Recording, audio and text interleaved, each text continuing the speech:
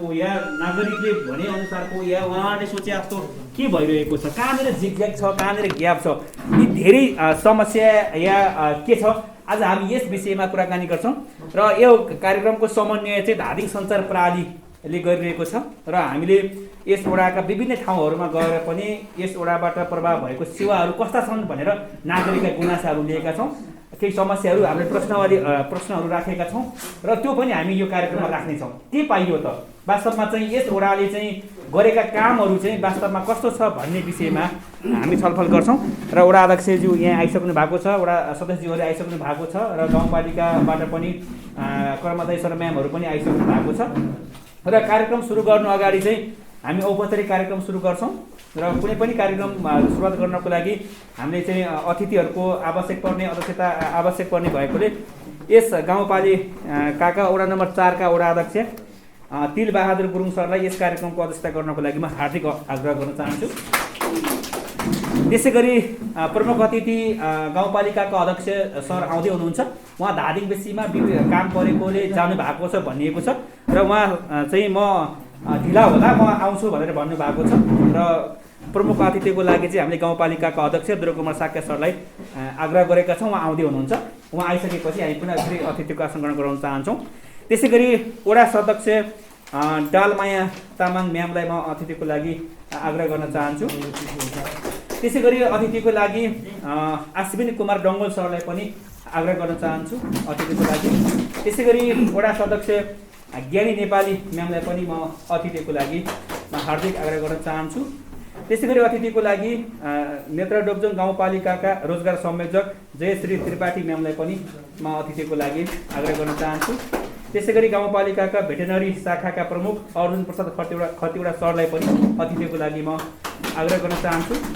त्यसै गरी यसै वडाका वडा सचिव सबिना कोइराला म्यामलाई पनि म अतिथिको लागि आग्रह गर्न चाहन्छु। सायद म व्यस्त चाहिँ हुनुहुन्छ होला। त्यसै गरी अतिथिको लागि प्रदीप अधिकारी सरलाई धनुवार सरलाई म प्राविधिक हुनुहुन्छ, उहाँलाई म आग्रह गर्न चाहन्छु। त्यसै गरी एकेन्द्र साउद सरलाई पनि म अतिथिको लागि म आग्रह गर्न चाहन्छु। र नेत्राडोब्जोङ प्राथमिक स्वास्थ्य संस्थाका डाक्टर उत्तम थापा मगर सरलाई पनि म अतिथिको लागि म आग्रह गर्न चाहन्छु। त्यसै गरी हेड पोस्ट प्रमुख सुमन श्रेष्ठ सरलाई पनि म अतिथिको लागि आग्रह गर्न चाहन्छु। त्यसै गरी नेपाल कम्युनिस्ट पार्टी नेकपा एमालेका तर्फबाट प्रतिनिधि वडा अध्यक्ष सानु कान्छा तामाङ सरलाई पनि म अतिथिको लागि म आग्रह गर्न चाहन्छु। नेपाली काङ्ग्रेसबाट कोही आउनु भएको छ भनेदेखि प्रतिनिधि या प्रमुख हुनुहुन्छ, उहाँलाई पनि अतिथिको लागि म आग्रह गर्न चाहन्छु। त्यसै गरी नेकपा माओवादी केन्द्रबाट कोही अतिथि आउनु भएको छ प्रतिनिधि भनेदेखि उहाँलाई पनि म अतिथिको लागि आग्रह गर्न चाहन्छु। त्यसै गरी राप्रपाबाट कोही हुनुहुन्छ भने पनि म अतिथिको लागि आग्रह गर्न चाहन्छु। त्यसै गरी धादिङ सञ्चारका अध्यक्ष बद्री अधिकारी सरलाई पनि म अतिथिको लागि आग्रह गर्न चाहन्छु। यो चाहिँ गाउँपालिकाको यो चाहिँ एउटा चाहिँ सुशासनका हिसाबले, एउटा पारदर्शिताका हिसाबले र नागरिकका गुनासाहरू कसरी सम्बोधन हुन्छन् भनेर एउटा सूचक पनि हो। यो वडाको होस् पालिकाको हो र स्थानीय तहले यो कार्यक्रम गर्नुपर्छ। किनकि कसरी गरिरहेको छ भनेर जनताले त्यो महसुस गर्न पाउनुपर्छ र त्यो बिचका केही समस्याहरू छन् या अप्ठ्यारो छन् भनेदेखि चाहिँ यसरी नै हामी सहजीकरण गर्छौँ। हामी अहिपछि यो भएन त्यो भएन भन्दाखेरि पनि यही फोरममा रहेर कुराकानी गर्दाखेरि चाहिँ निचोड पनि आउने गर्छ। समस्या समाधानको महत्त्वपूर्ण अङ्ग भने चाहिँ यो एउटा कार्यक्रम हो। त्यही भएर तपाईँहरू आफ्नो तर्फबाट चाहिँ एउटा यहाँ वडामा भइरहेको गतिविधिका विषयमा तपाईँहरूले जानकारी दिनुहुनेछ भन्ने मैले आशा राखेको छु। र यो कार्यक्रमको भिडियो रेकर्ड हामीसँग हुने भएको कारणले गर्दाखेरि चाहिँ हामीले चाहिँ तपाईँहरूलाई यो जानकारी गराउन चाहन्छौँ। यो हाम्रो भिडियो पनि हामी हाम्रो चाहिँ युट्युबहरूमा चाहिँ राख्ने गर्नेछौँ यो भन्छु। र यो कार्यक्रममा स्वागत गरिदिनुको लागि र यो कार्यक्रमको बारेमा प्रश्न हेरिदिनु हुनुको लागि चाहिँ म यस वडाका वडा सदस्य अश्विनी कुमार डङ्गोल सरलाई म हार्दिक अनुरोध गर्न चाहन्छु। गत वर्षदेखि हामी सार्वजनिक सुनाइ गरी भन्दै हामी 2 वर्ष पछाडि भइसकेका छौँ। विभिन्न कारणवशले कोभिड-19 इत्यादि कारणवशले गर्दा हामी यस वडाले सार्वजनिक सुनाइ कार्यक्रमहरू गर्न सकिरहेको थिएनौँ र यो वर्ष हामीले 1 महिना अगाडिदेखि नै हामी वडा कमिटी का साथीहरू बसेर हामीले विविध विषयमा छलफल गर्दै अब हामीले सार्वजनिक सुनाइ गर्नुपर्छ। अब ढिलो भइसक्नु लागिसक्यो र हामीले विविध विषयका वस्तुहरू उठेका कुराहरूलाई सम्पूर्ण टोलवासीका सम्पूर्ण साथीहरूलाई ल्याएर हामीले गरेको कार्यविधि, हामीले गरिसकेको पट्टि र गरिसकेको कारण के कामहरू बाँकी छन् र गरिसकेका कामहरूको विषयमा हामीले सम्पूर्णलाई हामीले चाहिँ सुनाइ गर्नुपर्छ भनेर हामी कमिटीका पदाधिकारी बसेर हामी छलफल गरेर आज कमिटी हामीले तयार गर्नु र यस आजको दिनलाई तयार गर्दै हामीले सम्पूर्ण 17वटा टोल सुधार समितिका अध्यक्षज्यूहरूलाई हामीले खबर गरेका थियौँ र त्यो खबर गरेको साथै तपाईँहरू आज भइदिनु भएको छ। यसमा तपाईँहरू टोल सुधार समितिका पदाधिकारीहरूलाई हाम्रो तर्फबाट मूलभूत धन्यवाद दिन चाहन्छु। किनकि हामी 4 वर्ष टेक्दै हामीले गरेका कामहरूको बारेमा तपाईँहरूले हामीले सुनाउनु पर्छ नै र हामीले गर्नुपर्ने कामहरूको बाँकी अब कम भएको कारणले गर्दा अब छिटोभन्दा छिटो हामीले 2-4 महिनाभित्रमा भ्याउने कामहरू कति छन् र कसरी गर्न सकिन्छ भन्ने तपाईँहरूको राय सल्लाह आयोमा अझ हामी काम गर्न अलिक हौसला बढ्नेछौँ भन्ने चाहन्छु। र आजको कार्यक्रममा तपाईँहरूबाट सभ्य भव्यको साथ तपाईँहरूले बसेर सुनिदिनुहुन्छ र साथ दिनुहुनेछ भन्दै आजको कार्यक्रम सुखमय हुनेछ। पारदर्शिताका कुराहरू गर्नको लागि, सुशासन ल्याउनको लागि र सेवाग्राहीले उठाएका प्रश्नहरूको समाधान ल्याउनको लागि हैन यो कार्यक्रम चाहिँ महत्त्वपूर्ण रहन्छ। त्यसै गरी जवाफदेहिताको संस्कार बसाउने हैन, हामी चाहिँ जवाफदेहिता कतिका भइरहेका छौँ, या वडा चाहिँ नागरिकप्रति जवाफदेहिता कतिको छ, या पालिका जवाफदेहिता कतिको छ भन्ने कुराहरू पनि जानकारी गराउन सकिन्छ। त्यसै गरी नागरिकबाट प्राप्त रचनात्मक सुझावलाई ग्रहण गर्ने एउटा महत्त्वपूर्ण कार्यक्रम पनि हो। किनकि सबै कुरा सबै ठाउँमा नपुगिरहेको हुनसक्छ। तपाईँहरूले उठाउनु भएको कुराहरूलाई वडा अध्यक्ष यी हुनुहुन्छ, सदस्यज्यूहरू यही हुनुहुन्छ, उहाँहरूलाई चाहिँ के हुन्छ अबको आगामी कामहरू योजनाहरू बनाउनको लागि चाहिँ सहयोग पनि पुग्ने देखिन्छ। यो भएर यो कार्यक्रम महत्त्वपूर्ण पनि छ। सेवाग्राहीले उठाएका प्रश्नहरूमा स्पष्टता ल्याउने हैन, प्रश्नहरू त धेरै, प्रश्नको लागि प्रश्न धेरै पनि हुन्छन्, तर वास्तवमा त्यो प्रश्न कस्तो खाले हो, त्यो आवश्यक के हो, त्यो भइरहेको चाहिँ के छ, यो यसमा पनि स्पष्ट ल्याउन सकिन्छ र यो महत्त्वपूर्ण पनि छ। र त्योभन्दा अगाडि अलिकति म नियमको विषयमा कुराकानी गर्छौँ, यो छलफलको विषयमा कुराकानी गर्छौँ र यसको आफ्नै एउटा आचार संहिता पनि छ। यो कार्यक्रममा बसिरहँदाखेरि, छलफल भइरहँदाखेरि चाहिँ प्रत्येक कुराको पनि एउटा आचार संहिता हुन्छ, पेसाको हुन्छ, व्यवसायको हुन्छ र यो कार्यक्रमको पनि आचार संहिता छ।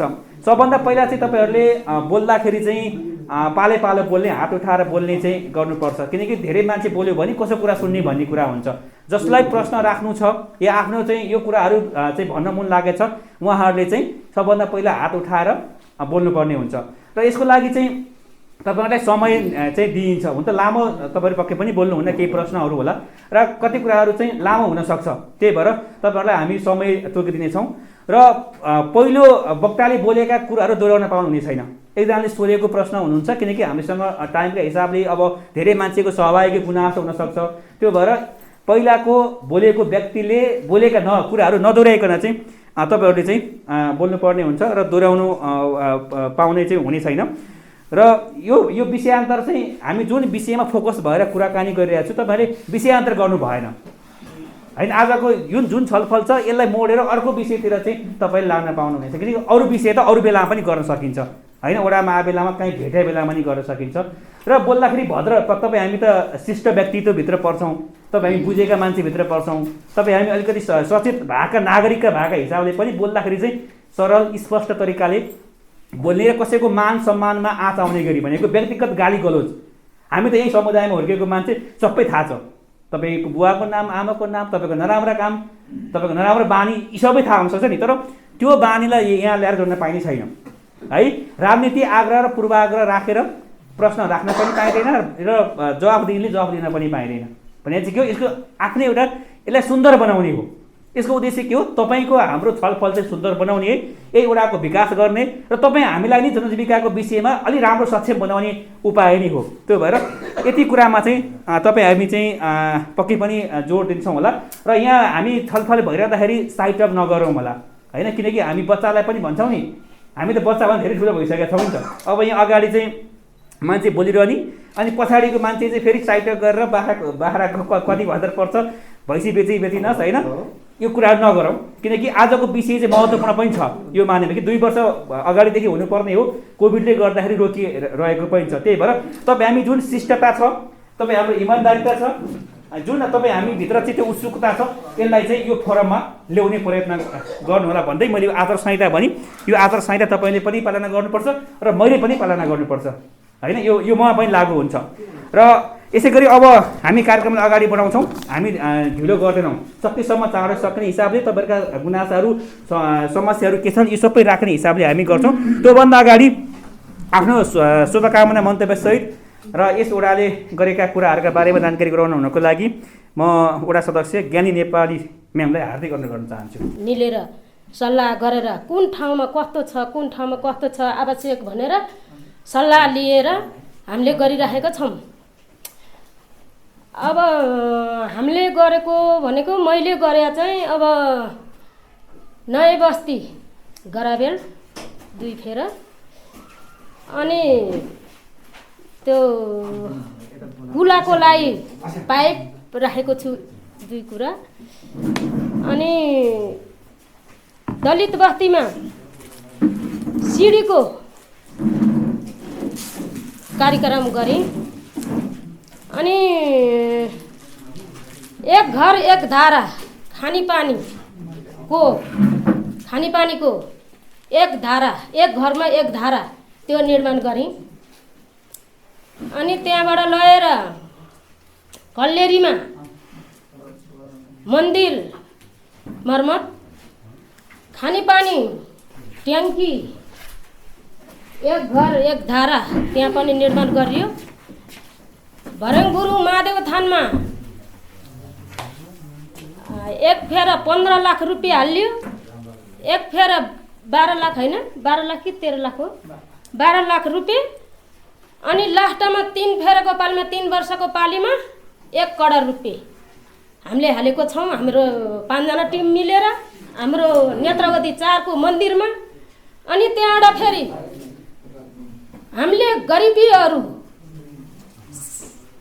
आफ्नो छरछिमेकीमा अरूभन्दा एकदम कमजोरी भएको व्यक्तिहरूलाई हामीले रात पनि ल्याएर दिएको छौँ, रात ल्याएर बाँडिदिएका छौँ। कोही बेलामा हामीले चामल तेल नुन मात्रै बाँड्न सक्यौँ, कोही बेलामा हामीले चामलदेखि लिएर मास, सेनिटाइजर, दाल, तरकारी, साबन, काइयोन सब थोक गरेर हामीले बाँड्यौँ। गरिबहरूलाई चाहिँ नि हामीभन्दा धेरै नै तल्लो स्तरीयको गरिबहरूलाई चाहिँ जुनै जातलाई पनि पारेको छु। गरिबलाई मात्र दलितलाई मात्रै होइन कि नियार पनि परेको छ, तमाउ पनि परेको छ, बाहुन पनि परेको छ। हामीले यस्तो हेरेर भन्नु होला उहाँहरूले त किन उसलाई मात्रै गरी होला भनेर उहाँहरू एकदम कमजोरी भएर हामीले त्यो पनि गरेका छौँ वडाबाट। अनि त्यहाँबाट फेरि अनि कमजोरी मान्छेहरू बित्दाखेरिमा वडा अध्यक्षज्यूसित समन्वय गरेर अनि उहाँहरूलाई राय सल्लाह लिएर उहाँहरूलाई रात पनि हामीले वितरण गरेका छौँ।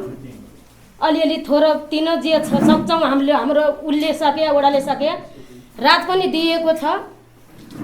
अब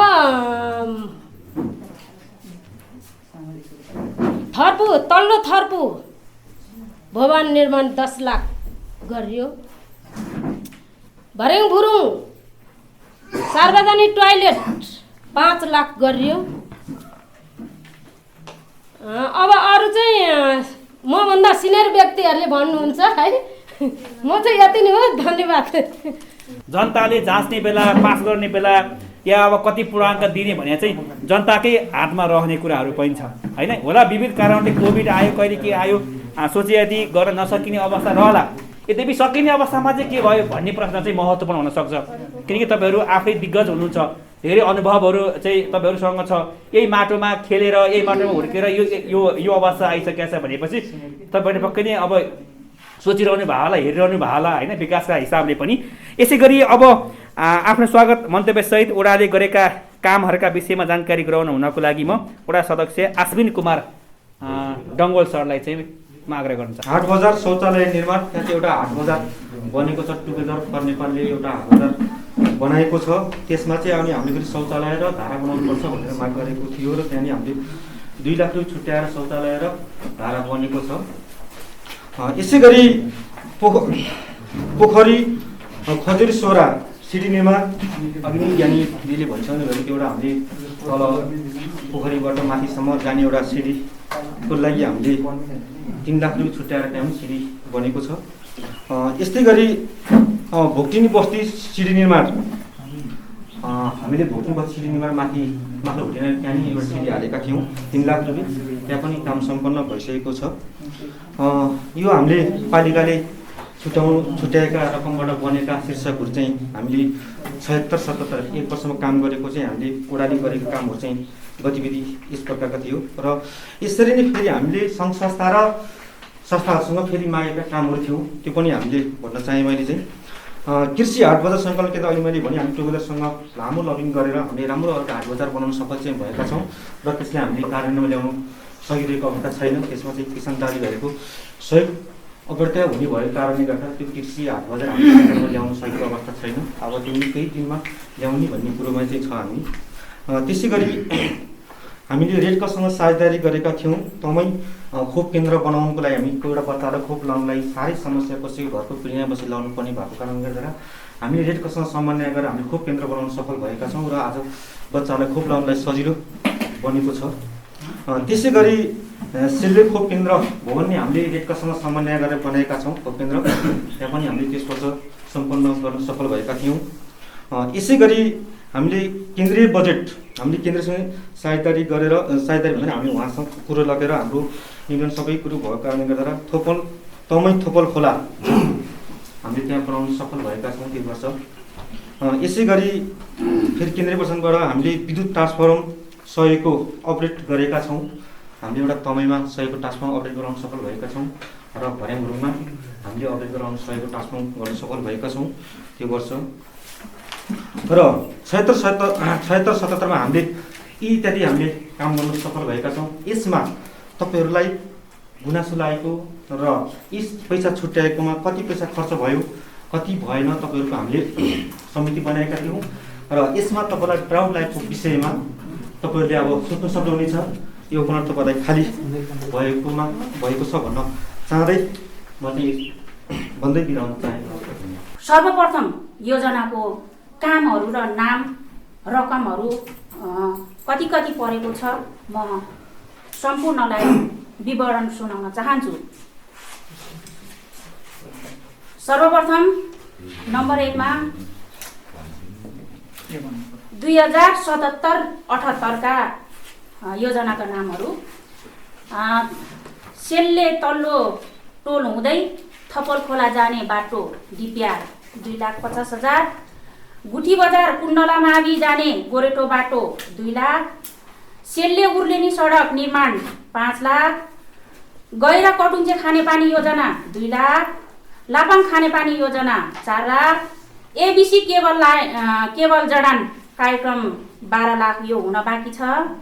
यसै गरी तल्लो सेल्ले गुम्बा निर्माण 2 लाख, मर्मतमा 15 कोष मरणघाट अधुरो सबडाहा छाना निर्माण 1,50,000, थर्पुत ताङ्जा सडक निर्माण 1 करोड गाउँपालिकाको, प्रदेशबाट 1 करोड 2 करोडको, थर्पु भोक्टेनी सडक निर्माण 50 लाख, प्रदेशबाट पनि 50 लाख 1 करोड, बिन्दुकेश्वर महादेव तीर्थस्थल 1 करोड, सिलाइ कटाई एडभान्स तालिम भनेर हामीले राखेका थियौँ 1,50,000, प्लास्टिक टनेल वितरण 4,50,000, घोर्मु पिपलडाँडा सडक निर्माण 1,50,000, लापाङ झलुङ्गे पुल मर्मत 4,40,000, गैरी खेत सिँचाइ 1,10,000, कुबिन्डे खानेपानी पम्प खरिद तथा जडान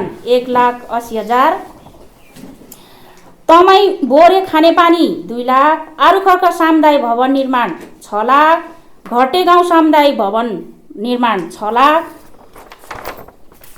छोइलिङ गुम्बा पर्खाल निर्माण 2,10,000, जाल्पा मन्दिर मर्मत 49,000, लामासुती र भर्याङ भुरुङ दोभान मरणघाट निर्माण 50,000, सुनकन्ने आबी घेराबार 2 लाख। त्यसै गरी प्रदेश संसद कोष विकासबाट जुन घोर्मु 2 घरे सडक निर्माणलाई 9 लाख। यो चाहिँ हाम्रो 2077-78 को योजनाको नामहरू र रकमहरू मैले सुनाइसकेँ। यसै गरी जुन आजको सार्वजनिक सुनाइमा न्यायिक समितिको सदस्य भएको हिसाबले जुन हामीले ओडामा मिलाएका केसहरू, सासू बुहारीको झगडाको मिलापत्र, कुटपिट साथी बीचमा कुटपिट भएको मिलापत्र पनि हामीले यसै ओडा मार्फत नै गरिएको छ। जग्गा साथीहरूको, त्यसपछि छिमेकीहरूको झै झगडा, सामान्य झै झगडाहरू सम्पूर्ण हामी यस ओडाका मेलमिलापकर्ताका संयोजक तिलबहादुर गुरुङज्यू र हाम्रा कार्य समिति बसेर हामीले मिलापत्र गरेका छौँ। र मिलाउन नहुने जस्तै फौजदारी मुद्दा, त्यसै गरी जग्गाका मालपोतका कार्यक्रमहरू, कामहरू र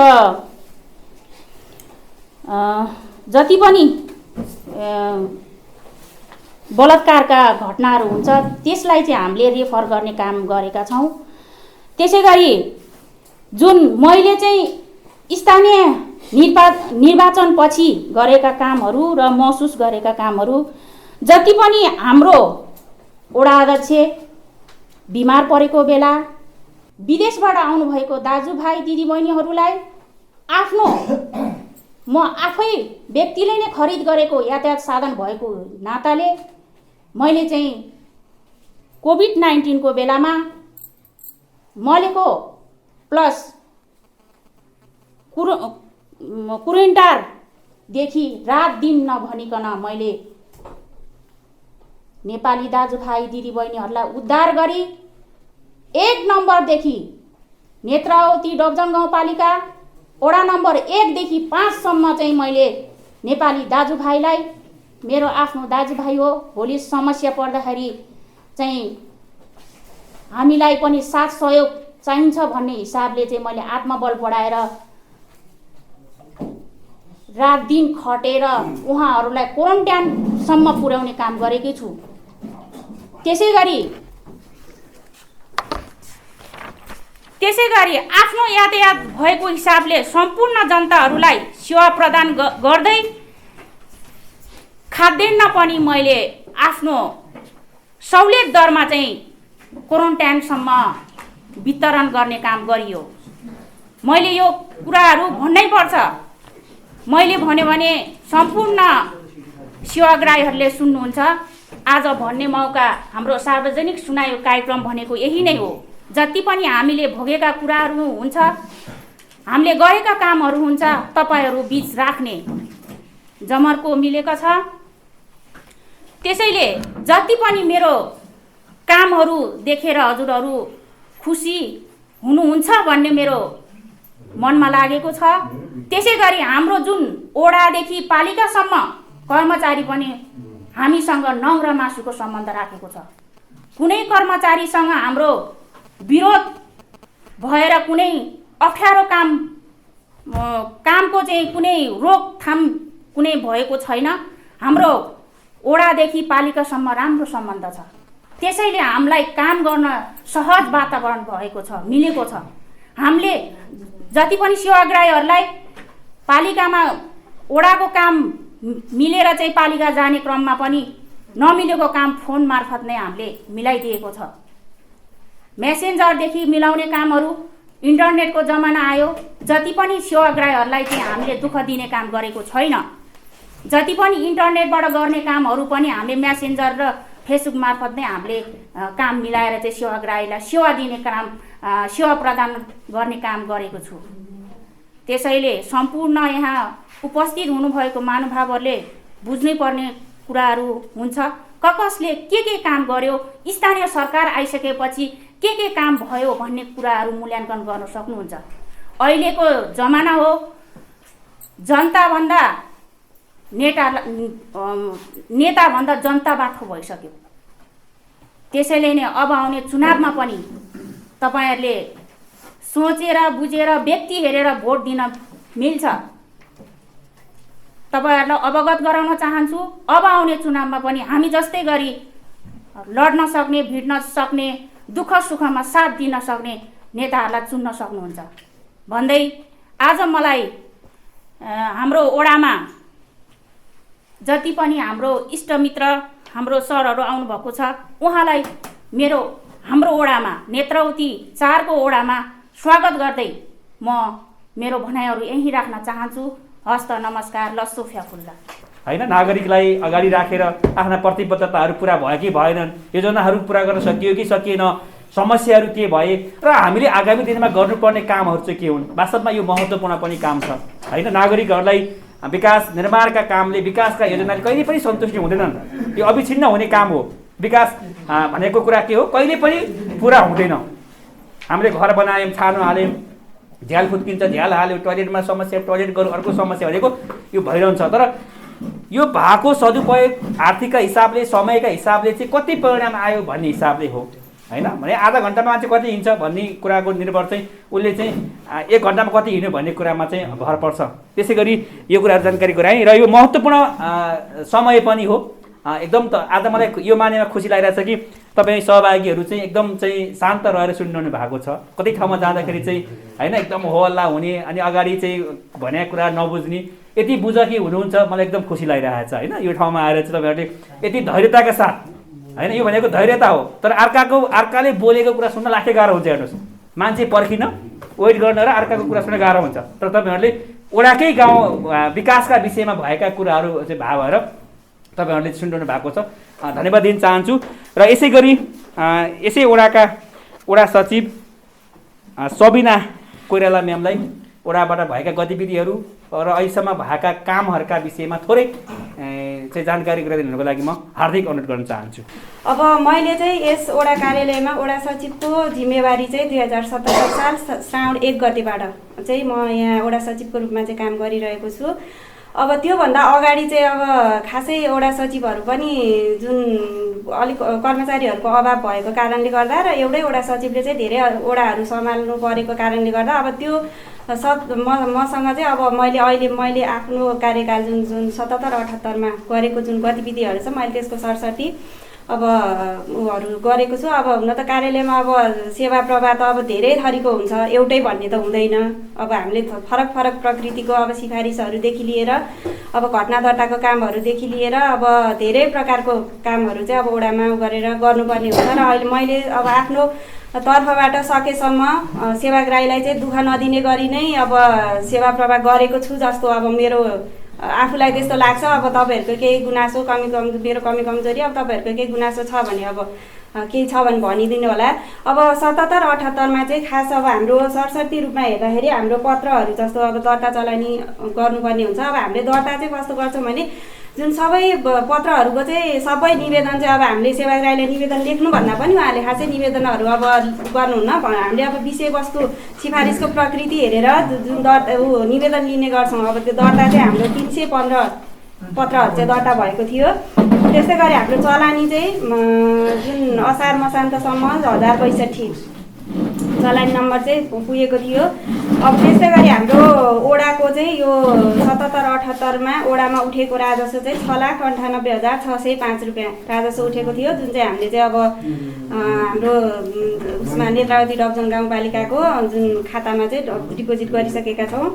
अनि त्यस्तै गरेर अब यो उसमा चाहिँ अब हाम्रो जुन घटना दर्ताको काम चाहिँ लगभग 1 वर्षभरिमा 200 हाराहारीमा चाहिँ पञ्जीकरणको काम भएको थियो। पञ्जीकरणमा 5वटा पर्यो, जन्म, मृत्यु, बसाइसराई, अब विवाह दर्ता र सम्बन्ध विच्छेद गरेर लगभग 200 हाराहारीमा चाहिँ हाम्रो भएको थियो। अनि त्यसपछि अब अरू भनेको चाहिँ अब हाम्रो जुन सबै कामहरू चाहिँ अब अहिले अनलाइन भएको छ, त्यो चाहिँ अब उपलब्धि नै मान्नुपर्छ। अब जस्तो हाम्रो नगदी रसिद पनि हामीले अनलाइन नै काट्छौँ। त्यसपछि अब यो आर्थिक वर्षबाट चाहिँ हाम्रो मालपोत पनि एकीकृत सम्पत्ति कर लागू भएको छ, त्यो पनि अहिले चाहिँ अब हामीले के अरे अनलाइन नै काट्छौँ। त्यस्तै गरी हाम्रो घटना दर्ता पनि अब अनलाइन नै गरेर भइसकेको छ।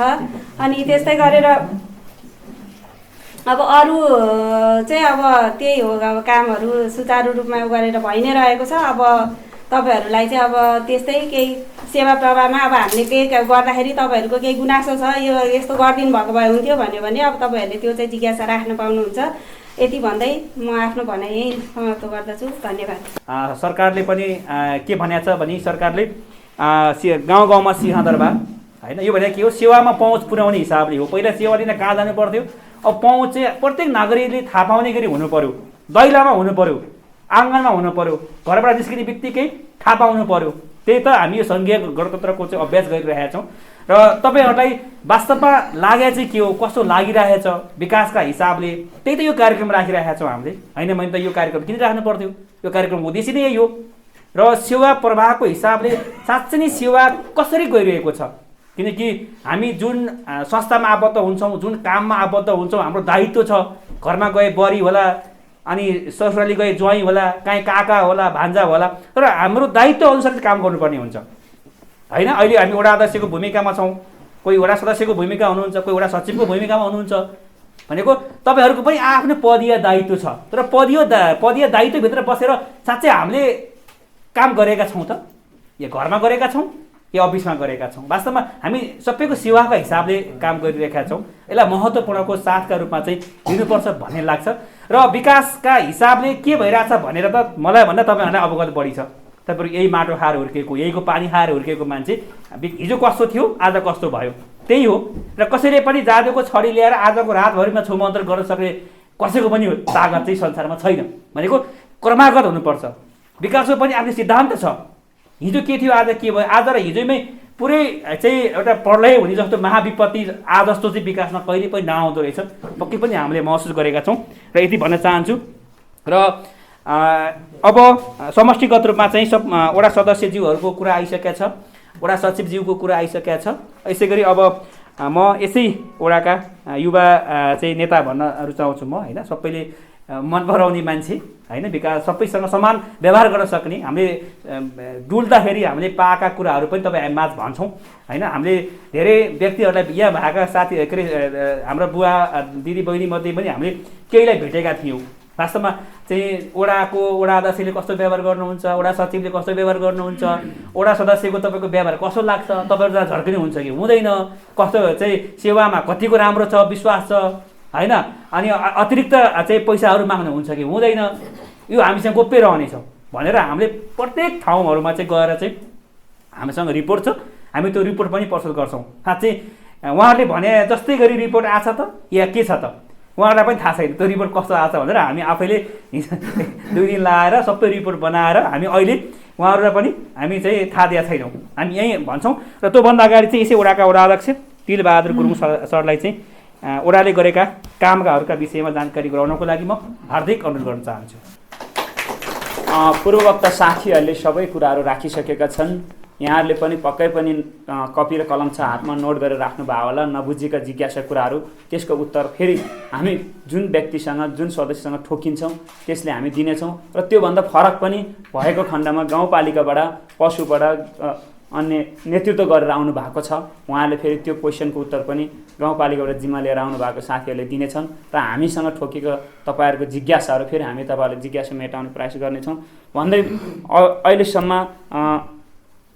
हाम्रो सदस्य द्वयले एउटा 76-77 को आश्विन कुमार डङ्गोलले र 77-78 को डाङमे म्याडमले चाहिँ हामीले गाउँपालिका र वडाले गरेका कार्यविधिको विषयमा बजेटको विषयमा चाहिँ सरस्वती व्याख्या गरिसकेका छौँ। र 78-79 को चाहिँ म आफैले व्याख्या गर्ने एउटा कार्ययोजना अनुसार हामी अगाडि बढेका छौँ। र म सर्वप्रथम यो 78-79 मा चाहिँ यस वडा र गाउँपालिकाले गर्न खोजेको कार्यक्रम र निरन्तर गरिरहेका कार्यक्रम यहाँहरूको माझमा राख्ने अनुमति चाहन्छु। हामीले लापाङ सडक मर्मतका लागि रु 4 लाख रुपियाँ विनियोजन गरेका छौँ। घटेगाउँ सडकका लागि रु 5 लाख रुपियाँ, खजुरी सौरा र घरमा खानेपानी मर्मतलाई रु 5 लाख रुपियाँ, गैरी खेत पिपल डाँडा सिँचाइ यो सिँचाइ होइन यो सरी यो गैरी खेत पिपल डाँडा भनेको यो नीलकण्ठ एरियामा पर्छ, हाम्रै यताको नागरिक हो। त्यसका लागि 5 लाख रुपियाँ, गुठी बजार भैरवी मन्दिरको लागि रु 1 लाख रुपियाँ, स्वास्थ्य इकाइ भवन घेराबाला रु 5 लाख रुपियाँ, सामुदायिक भवन तथा मरणघाट 4,50,000, अनि सेल्ले उर्लेनी सडक यो प्रदेशको आयोजना हो 20 लाख रुपियाँ, गुठी बजार घोर्मु पिपल डाँडा सडक यो ग्राभिल 1 करोड यो प्रदेशको आयोजना हो, गुठी बजार कुण्डाला सिडी निर्माण रु 1 लाख रुपियाँ, कालामाटा तमई घोर्मु सडक 25 लाख रुपियाँ यो प्रदेशको आयोजना हो, रैले सिँचाइ रु 20 लाख रुपियाँ यो प्रदेशको आयोजना हो, हजारे पहिरो नियन्त्रण यो 15 लाख रुपियाँ गाउँपालिकाको आयोजना हो। यो चाहिँ यो वर्ष छुटिएका आयोजनाहरू हुन्। र यसै गरी अरू कार्यक्रमहरू हामी अब हिउँदे अधिवेशनमा केही कार्यक्रमहरू समेट्न खोजेका छौँ। धेरै आवश्यकता हुँदाहुँदै पनि स्रोत सीमित भएको कारणले यो वर्ष चाहिँ यति चाहिँ विनियोजन भइसकेका छौँ र केही कुराहरू छुटेका कुराहरूलाई मैले अहिले सरस्वती राख्नमा अनुमति चाहन्छु। हाम्रा यस वडाले हामी निर्वाचित 74 सालमा भइसके पश्चात 74-75 को सार्वजनिक सुनाई कडुङ्जे गाविसमा संयुक्त हामीले राखेका थियौँ। त्यतिखेर सबै राखिसकेका थियौँ। त्यस पश्चात चाहिँ विभिन्न कारणले कोभिडको कारणले पनि हामीले त्यो कार्यक्रमहरू राख्ने सकेका थिएनौँ। आज विवशवश हामीले यो कार्यक्रम आयोजना गर्ने एउटा सुवर्ण अवसर पनि मिलेका छौँ। हाम्रो वडाले पालिकाले आयोजनाका कार्यक्रमहरू धेरै थियो, धेरै कार्यविधि, धेरै योजना तथा तपाईँको चाहिँ कार्यक्रमहरू बनाउँदै क्रममा कार्यान्वयनको पाटोमा हामीले अरू वडाले अरू क्षेत्रले भन्दा अलिकति अगाडि गरेको जस्तो महसुस हामीले लागेको छौँ।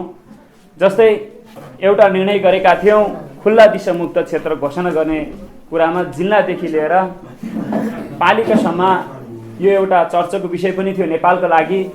त्यो कार्यक्रमलाई गाउँपालिका स्तरीय कार्यक्रममा प्रत्येक वडामा खुल्ला दिशामुक्त घोषणा गर्ने भनेर अभियानको रूपमा लाग्दाखेरि सबैभन्दा पहिला हाम्रो वडाले चाहिँ त्यो कार्यक्रम हामीले 2074-75मै पुसमा चाहिँ हामीले त्यो खुल्ला दिशामुक्त घोषणा गरिसकेका थियौँ। त्यसका लागि सबै क्षेत्रबाट सहयोग भएका थियौँ। हामीलाई नेपाल रेड क्रसले पनि सहयोग गरेका थियौँ र अन्य एक्सनका संस्थाले पनि हामीलाई सहयोग गरेका थियौँ। सबैको साझेदारीमा हामीले त्यो कार्यक्रम सफल भयो। र अर्को कुरो हामीले दोस्रो वर्ष फेरि नेत्रवती डबजङ गाउँपालिकाभित्र काठको पुल मुक्त गर्ने अभियान चलायौँ। सबै विद्युतको लाइनहरू चाहिँ फलामे पोल चाहिँ राखेर चाहिँ कार्यक्रम चलाउने कुरालाई हामीले वडाले बजेट राखेर गाउँपालिकाको बजेटलाई पनि कार्यान्वयन र थप जिल्ला प्राधिकरणसँग चाहिँ समन्वय गरेर यो वडामा रहेका काठको पोलहरूलाई विस्थापित गरेर फलामे पोलहरूलाई चाहिँ हामीले लिएर आउन सफल भयौँ। त्यो पनि हामीले सही समयमा हामीले त्यो कार्यक्रम सम्पन्न गर्यौँ। अर्को कार्यक्रम हाम्रो थियो टुकीमुक्त बनाउने एउटा कार्यक्रम थियो। नेत्रवती डबजङ गाउँपालिकाभरि नै थियो, तथापि अरू वडामा नहुँदा पनि हामीले समयमै यो नेत्रवती डबजङ गाउँपालिकाभित्र केन्द्रीय प्रसारण लाइन चाहिँ हामीले सम्पन्न गरियौँ। हाम्रो अब चाहिँ सबै क्षेत्रमा केन्द्रीय प्रसारण लाइन विस्तार भइसकेका छौँ।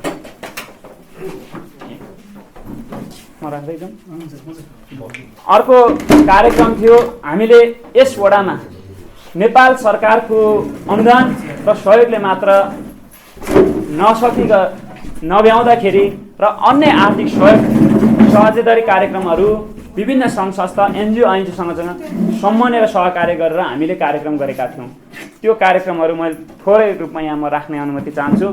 हामीले नेपाल रेड क्रस सोसाइटीसँग साझेदारी कार्यक्रमहरू पनि गऱ्यौँ र उहाँहरूको सहयोगमा धेरै कार्यक्रमहरू राख्यौँ।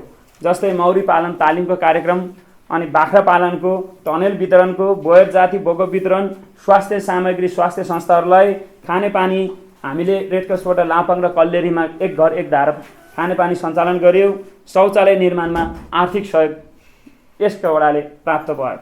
र हामीले यसै गरी टुगेदर फर नेपाल भन्ने एउटा संस्था थियो, नेपालको लागि सँगसँगै भन्ने, यो संस्थासँग पनि हामीले साझेदारी गरिएनौँ। यसको चाहिँ एकल उहाँहरूको मात्रै सहयोगमा चाहिँ हामीले कृषि सामग्री वितरण गरियौँ।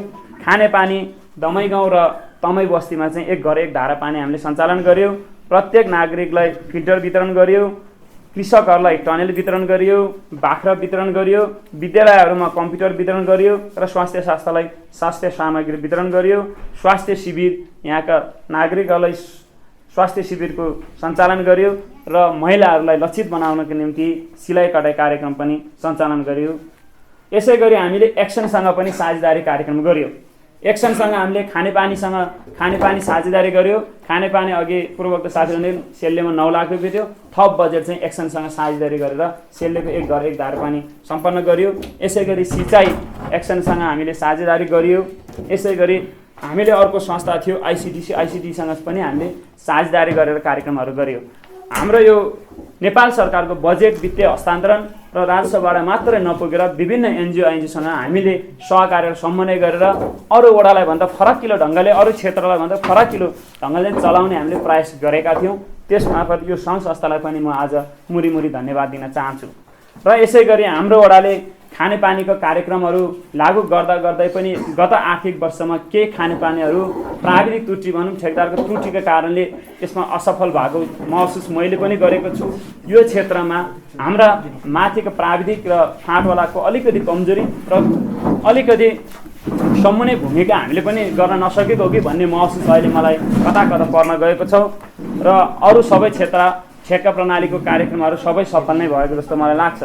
यसै गरी वडाले युवाहरूलाई लक्षित पार्नका निम्ति गत साल हामीले प्लम्बर तालिम र अनि कार्पेन्टर तालिम पनि गरेका थियौँ। प्लम्बर तालिम चाहिँ समयमा नै समापन गर्न सफल भयो। अनि फर्निचरको लागि चाहिँ गर्दै कोभिडको कारणले बिचमा रोकिनु पर्यो र त्यसलाई निरन्तर गर्ने क्रममा फेरि युवाहरू बाहिरिन गयो। अनि पुरा क्लास गर्नको लागि 20 जना युवाहरूको आवश्यकता थियो। पछि 11 जना भयो। त्यसपछि उहाँले हामी 11 जनालाई क्लास दिन सक्दैनौँ भनेपछि फेरि क्लास बिचमै रोक्यो।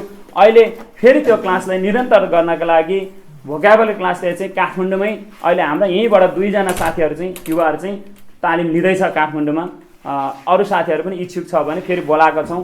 सिधै काठमाडौँमा गएर चाहिँ उहाँले बस्नेको व्यवस्था गरेका छौँ। त्यहाँ तालिम फेरि सुचारू गरेका छौँ।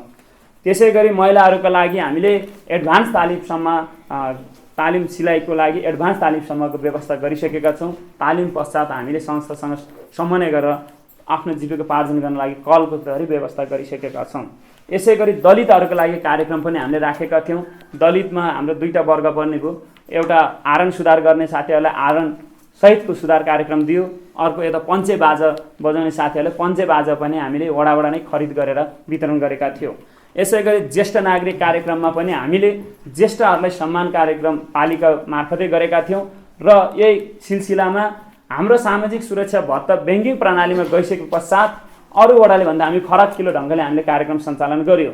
हाम्रो पालिकाले एउटा निर्णय गरेका थियौँ 80 वर्षभन्दा माथिकोलाई चाहिँ पालिकाले बेहोर्ने, त्योभन्दा तलकोलाई चाहिँ आफै बेहोर्ने भन्दा पनि म आफैले अलिकति नेतृत्व गरेर थोरै केही राहत होस् भन्ने उद्देश्यले आफैले व्यक्तिगत लगानी गरेर चाहिँ सबैलाई घरसम्म र ब्याङ्कसम्म लाने व्यवस्था चाहिँ मैले त्यसमा आफ्नो व्यक्तिगत हिसाब पनि सेवा दिएका थियौँ।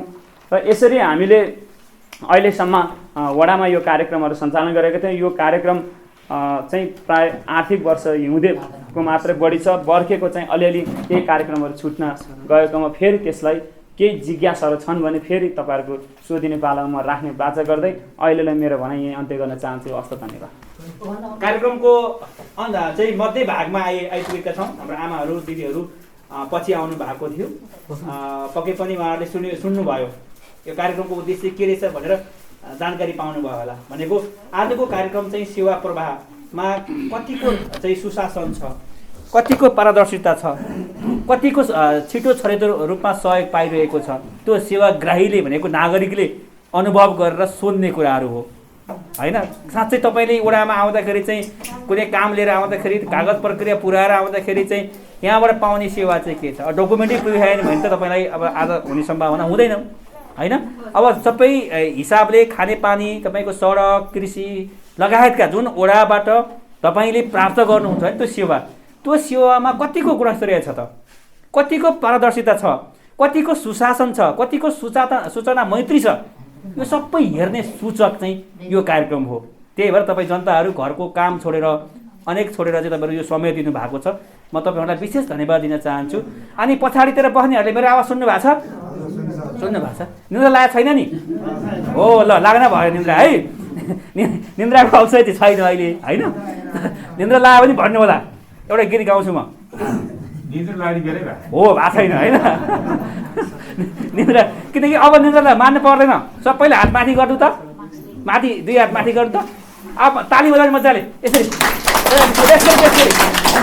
ल अब निन्द्रा बिउनै पर्छ भाइ भाइ यो निन्द्रा किन बिउन्छ थाहा छ मैले भनेको छैन के थाहा हुन्छ होइन यो निन्द्रा किन बिउन्छ भनेदेखि हाम्रा साथीहरूले भनेको हामीहरूले केही दिन अगाडिदेखि यो वडा नम्बर 4 का नागरिकहरू हाम्रा दिदी बहिनी आमाहरूलाई चाहिँ वडाबाट भएको सेवाहरू कस्तो छ है यहाँ आएर कामहरू तपाईँले प्राप्त गर्न कतिको गाह्रो भएको छ यो सबैको हामीले चाहिँ एउटा के हो तथ्याङ्क बनाएका छौँ कुरा बुझ्नु भएको छ भनेको जनप्रतिनिधि कतिको झर्किनुहुन्छ कतिको रिसाउनुहुन्छ आउँदाखेरि बाहिर भन्नुहोस् कोही छैन भनेर कसले भन्छन् होइन यो सबैको डाटा चाहिँ हामीसँग छ है अनि यो हामी सुनाउँछौँ है त्यो सुनाइसके पछाडि अनि पुनः हामी तपाईँहरूको जिज्ञासा लिन्छौँ अहिले पनि भनी अहिले आचार संहिता भनिएको छु नि मैले बिर्सिनु भएको छैन है बोल्दा पाले पालो बोल्ने हामी बुढो मान्छे होइन किन भने जस्तो लाग्न सक्छ है तर पनि यो प्रक्रिया हो अनि त्यसपछि के हो बोल्दाखेरि चाहिँ कसैको मानहानि नहुने गरी है पार्टीगत आक्षेप नलाइकन शिष्ट भाषामा बुझिने भाषामा चाहिँ राख्नुपर्ने हुन्छ र अगाडि बोल्ने वक्ताले बोलेका कुरा दोहोऱ्याउन पाउनु हुने छैन एउटाले खानेपानी कुराकानी गरे फेरि त्यही खानेपानीको कुरा किन गर्नु पर्यो गर्नु परेन खानेपानीको भइ सडकको कुराकानी गर्ने अर्कोले है त्यसरी हामी मर्यादित हिसाबले यो सभा सभ्य र भव्य बनाउनु पर्छ र आज बहुत अच्छा लागिरहेछ मलाई चाहिँ किन अच्छा लागिरहेछ भने यो कोभिड पछाडि यति धेरै मासमा पहिलो कार्यक्रम गरिरहेको छु मैले यो चाहिँ तथ्याङ्क के रहेछ यो चाहिँ यहाँ चाहिँ बताइदिनु हुनको लागि चाहिँ धादिङ सञ्चारका मेरो साथी अनिल नेपालीलाई म हार्दिक आग्रह गर्न चाहन्छु तपाईँहरूको वडाबाट चाहिँ कस्तो सेवा प्रभाव भइरहेको छ सेवाको नियमितता होइन त्यसपछि सेवाको जनविश्वास सेवाप्रतिको जनविश्वास सेवाको गुणस्तरको विषयमा चाहिँ हामीले नागरिकहरूसँग सोधेका थियौँ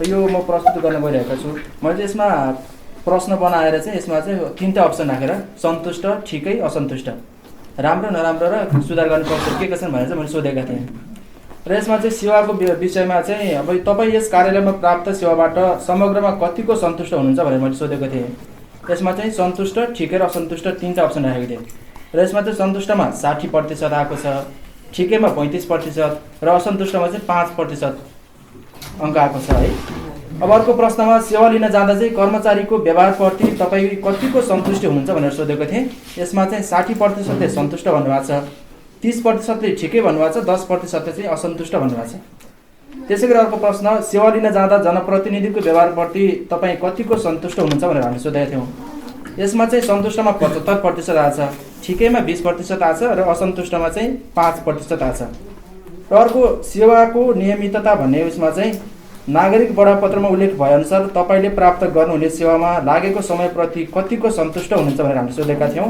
यसमा चाहिँ 30% सन्तुष्ट आएको छ ठिकैमा 55% आएको छ र 15% चाहिँ असन्तुष्ट भन्नुभएको छ त्यसै गरी तपाईँले सेवा लिन जाँदा अतिरिक्त रकम तिर्नुभयो भनेर पनि सोधेका थियौँ हामीले जस्तै सेवा लिन जाँदा चाहिँ अतिरिक्त रकम तिर्नु भएको छ कि भनेर सोधेका थियौँ यसमा चाहिँ तिरेको छैन भनेर 100% नै तिरेको छैन भन्नुभएको छ है र यस कार्यालयले सार्वजनिक चासो तथा समस्या समाधान गर्न चाहिँ औसतमा कति दिन लगाउने गरेको छ यसमा चाहिँ 65% जनाले चाहिँ 65%ले चाहिँ 1 दिन भन्नुभएको छ 20%ले 2 दिन र 15%ले धेरै दिन लगाउने गरेको छ भन्नुभएको छ यसै गरी यस कार्यालयले दिने सेवाप्रति तपाईँ कतिको विश्वस्त हुनुहुन्छ भनेर हामीले सोधेका थियौँ 60%ले विश्वस्त हुनुहुन्छ भन्नुभएको छ 20%ले ठिकै र 10%ले चाहिँ अविश्वस्त भन्नुभएको छ है यसै गरी यस संस्थामा कार्यरत कर्मचारीप्रति तपाईँ कतिको विश्वास गर्नुहुन्छ भनेर हामीले सोधेका थियौँ त्यसमा चाहिँ 20%ले चाहिँ धेरै भन्नुभएको छ 70%ले ठिकै भन्नुभएको छ र 10%ले चाहिँ कर्मचारीको विश्वास छैन भन्नुभएको छ यसै गरी यस कार्यालयले विपन्न वर्गको लागि छुट्याएको सेवा प्रयोग गरेको थाहा पाउनु भएको छ भनेर सोधेका थियौँ 40%ले थाहा छ भन्नुभएको छ 15%ले थाहा छैन भन्नुभएको छ र 45%ले चाहिँ अलिअलि थाहा छ भन्नुभएको छ यसै गरी सेवाको गुणस्तरको विषयमा पनि हामीले सोधेका थियौँ यस कार्यालयबाट सेवा लिँदा कार्यालयले दिएको जानकारीबाट तपाईँ कतिको सन्तुष्ट हुनुहुन्छ भनेर हामीले सोधेका थियौँ यसमा चाहिँ 70% नागरिकले चाहिँ सन्तुष्ट भन्नुभएको छ र 25%ले कम सन्तुष्ट र 5%ले चाहिँ असन्तुष्ट भन्नुभएको छ है तपाईँ यस कार्यालयमा आउँदा कसको सहयोग लिनुभयो भनेर सोधेका थियौँ हामीले को मार्फत आउनुभयो भनेर सोधेका थियौँ आफै भन्नुभएको चाहिँ 60%ले आफै भन्नुभएको छ गाउँका ठुला बडाले चाहिँ 15% भन्नुभएको छ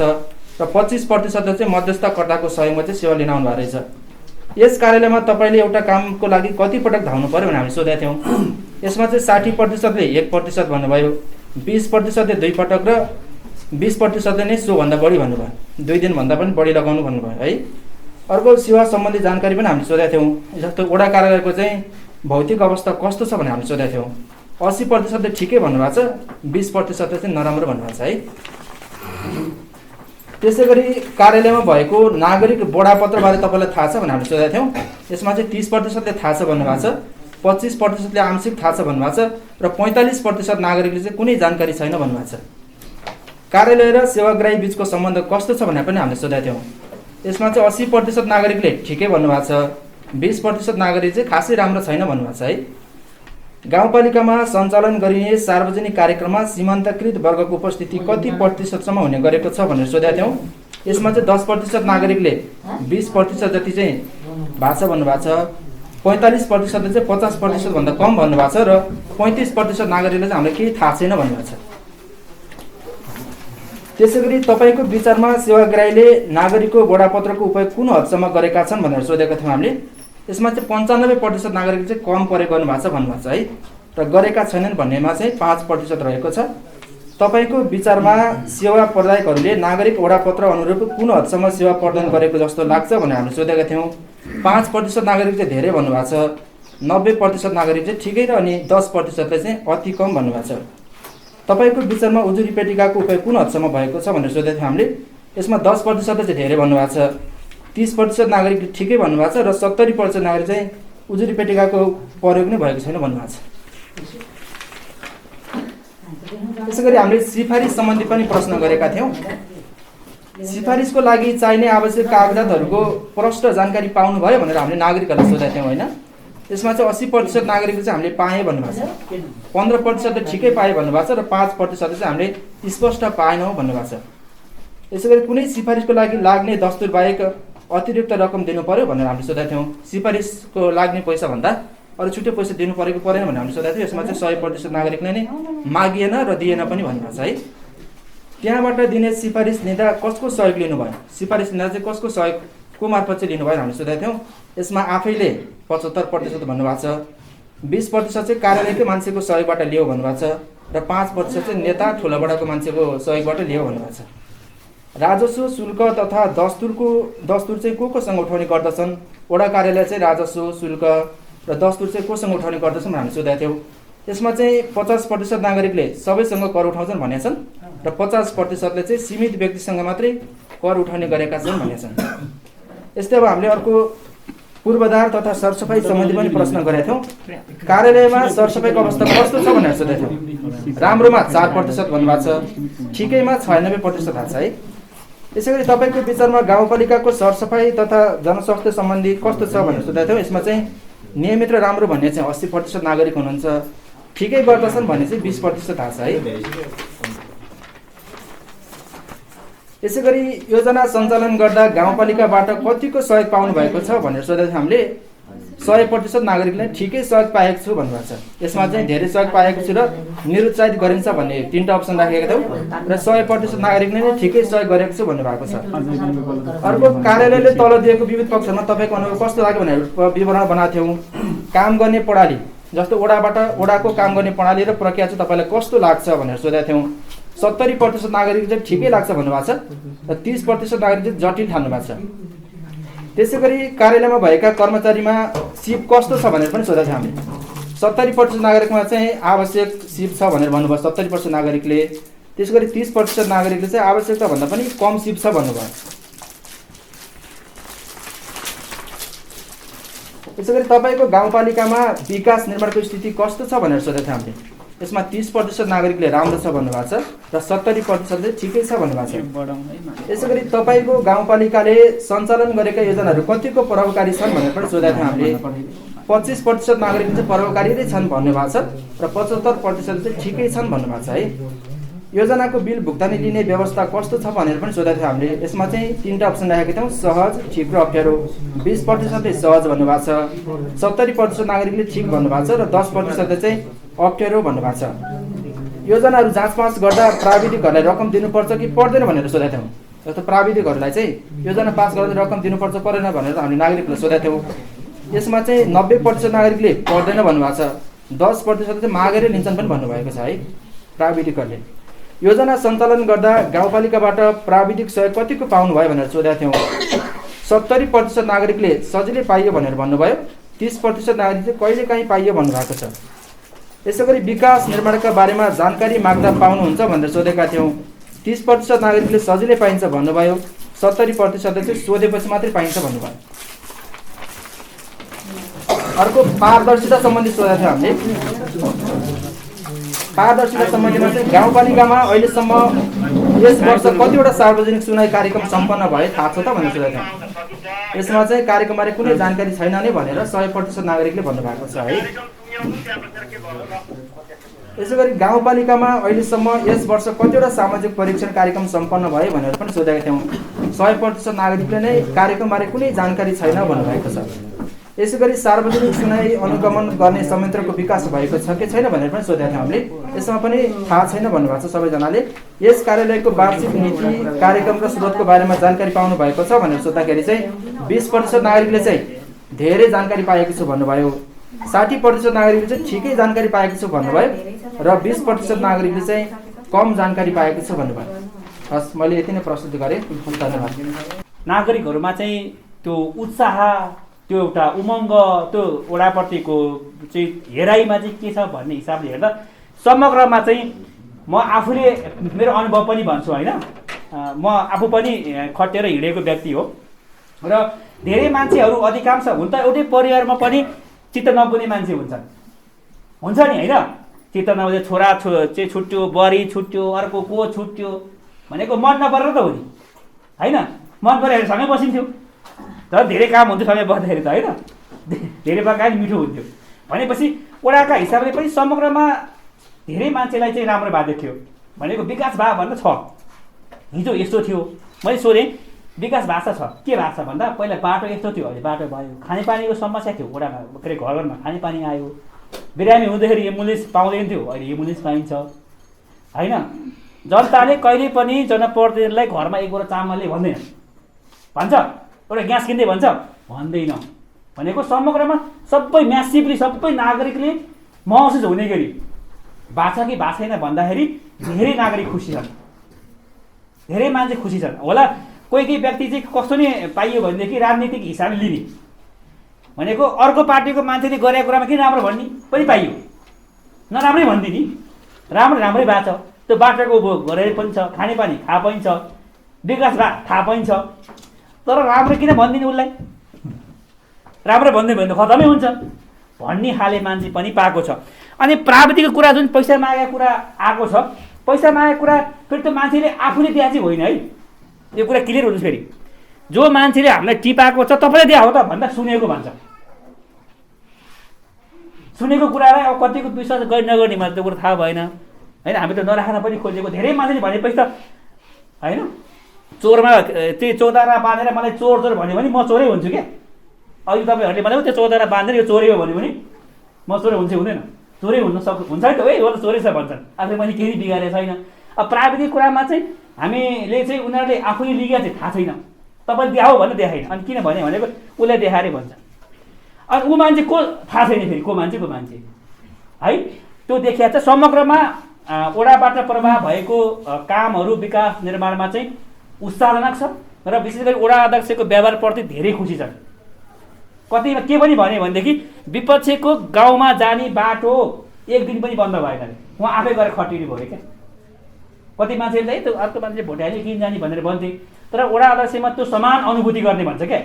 एउटा सहानुभूति हुन्छ, तिनले रोइदिने ए हो नि मलाई यस्तै भनेर हुन्छ। समान अनुभूति भने के हो, तपाईँको अनुभूति मैले गर्न सक्ने अनुभूति हुनु पऱ्यो क्या।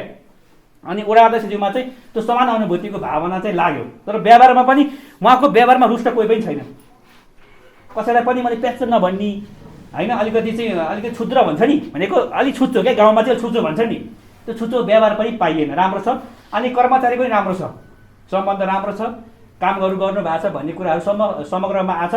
र हामीले गरेका कुरामा केही चाहिँ तपाईँहरूलाई केही लाग्छ भनेदेखि चाहिँ तपाईँले पनि भन्नु होला। अब चाहिँ तपाईँहरूको चाहिँ गुनासाहरू सुन्ने बेला हो। अब यो फ्लोर चाहिँ म तपाईँहरूको लागि चाहिँ यो चाहिँ उपलब्ध गराउन चाहन्छु। र तपाईँहरूले के गर्नुपर्छ भनेदेखि मैले सुरुमा भनेको छु, आचार संहिता सम्झिनुपर्छ। त्यो आचार संहिता भने चाहिँ हामीलाई बाँध्ने डोरी हो, कानुन हो। किनकि त्यो कानुन हामीले मानेनौँ भनेदेखि त भद्रगोलै हुन्छ। नेपालमा कानुनै भएन के हुन्छ होला, भद्रगोल हुन्छ नि। त्यही भएर त्यसलाई आत्मसात गर्दै पालै पालो कृपया है। मनमा कुरा राख्यो भने ग्यास्ट्रिक बढ्छ, थाहा छ नि। ग्यास्ट्रिक किन बढ्छ भनेदेखि त्यो यो कुरो त्यहाँ भन्न पाए हुन्थ्यो नि त भनेर घर गएर चाहिँ रिस उठ्छ। यहाँ भन्न डर लाग्छ, के भन्ने भन्ने लाग्छ। अनि त्यो कुरो सम्झेर यस्तो कुरो भन्नै पर्ने रहेछ भनेर बेलुका भातै रुच्दैन। हेर्नुहोस् बढेन, अनि राति सुत्यो निर्णय लागेन, त्यो कुरो भन्नुपर्ने रहेछ नि त। त्यहाँदेखि अब कहिले आउने भन्ने चाहिँ नहुनुहोस् है। बाडुल्की भन्छ क्या, बाडुल्की लाग्ने गरी चाहिँ मनमा कुरो राख्नु भएन। प्रश्न भन्नुहोस्, यहाँ सबै हुनुहुन्छ, गाउँपालिकाबाट प्रतिनिधित्व गरेर आउनु भएको छ, वडा अध्यक्षज्यू यहीँ हुनुहुन्छ, तपाईँको त्यो चाहिँ भाइ भतिजो छोरा हो, वडा सदस्यज्यूहरू यहीँ हुनुहुन्छ, म्याडमहरू। र तपाईँहरूले सठिक भाषामा, सरल भाषामा आक्षेप नलगाइकन यहाँबाट प्रभाव भएको विकास निर्माणको काममा प्रश्न गर्नको लागि म हार्दिक आग्रह गर्छु, अनुरोध गर्छु है। र त्यो प्रश्न राख्दाखेरि चाहिँ पाले पालो चाहिँ मैले थाहा पाउन पऱ्यो, हात उठाएर गर्नुभयो भने सजिलो हुन्छ। नेत्रवती गाउँपालिका वार्ड नम्बर 4 भोक्टिनी बस्ने मेरो नाम शेरबहादुर लामा। र म के भन्नु चाहन्छु भनेदेखि जो गइसकेको गत वर्ष यही नेत्रवती वार्ड नम्बर 4 मा एम्बुलेन्स थियो।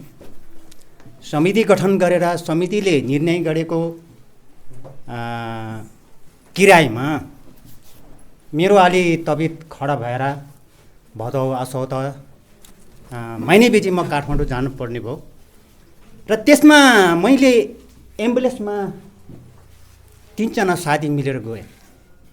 एउटा भोक्टिनी गाउँकै फुलबहादुर मामा यहीँ हुनुहुन्छ र एउटा कलिडीको उहाँको दाइ।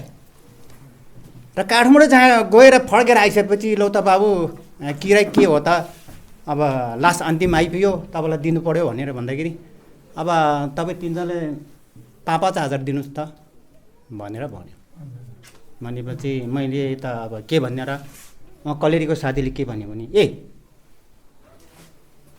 समिति निर्णय गरेर समितिले तोकेको बमोजिम त यहाँ 9,000 तोकेको छ।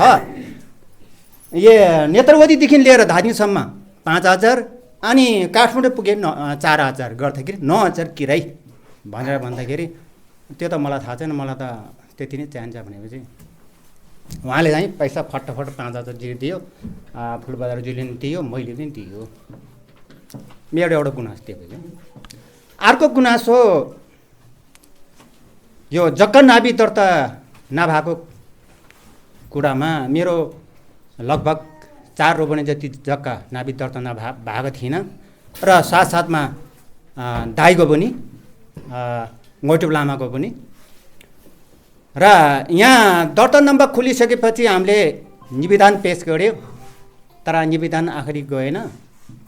अब खै के कारण हो त्यो पनि अलिकति मलाई अब चित्त दुख्ने कारण। र एउटा कुरा चाहिँ नि मानसिक भइसकेपछि मोद मन्दिर चाहिन्छ आफ्नो जातित्वको अनुसार।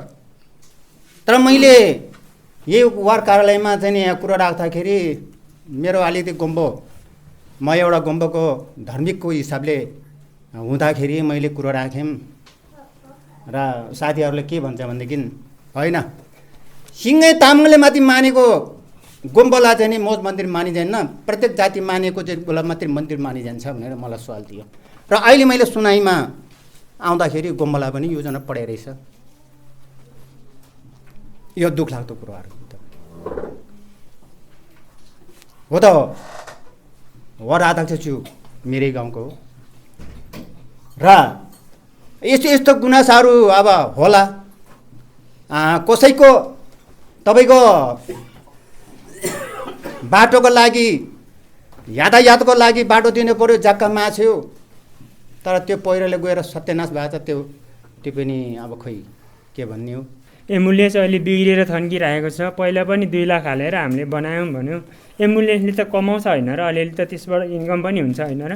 अनि एम्बुलेन्स थन्क्याएर राख्ने चिज हो र, त्यसको चाहिँ छिटोभन्दा छिटो मर्मत गरेर अनि जनतालाई सेवा दिनु पर्दैन र योभन्दा पहिला बनेका हाम्रो सामुदायिक भवन छन्।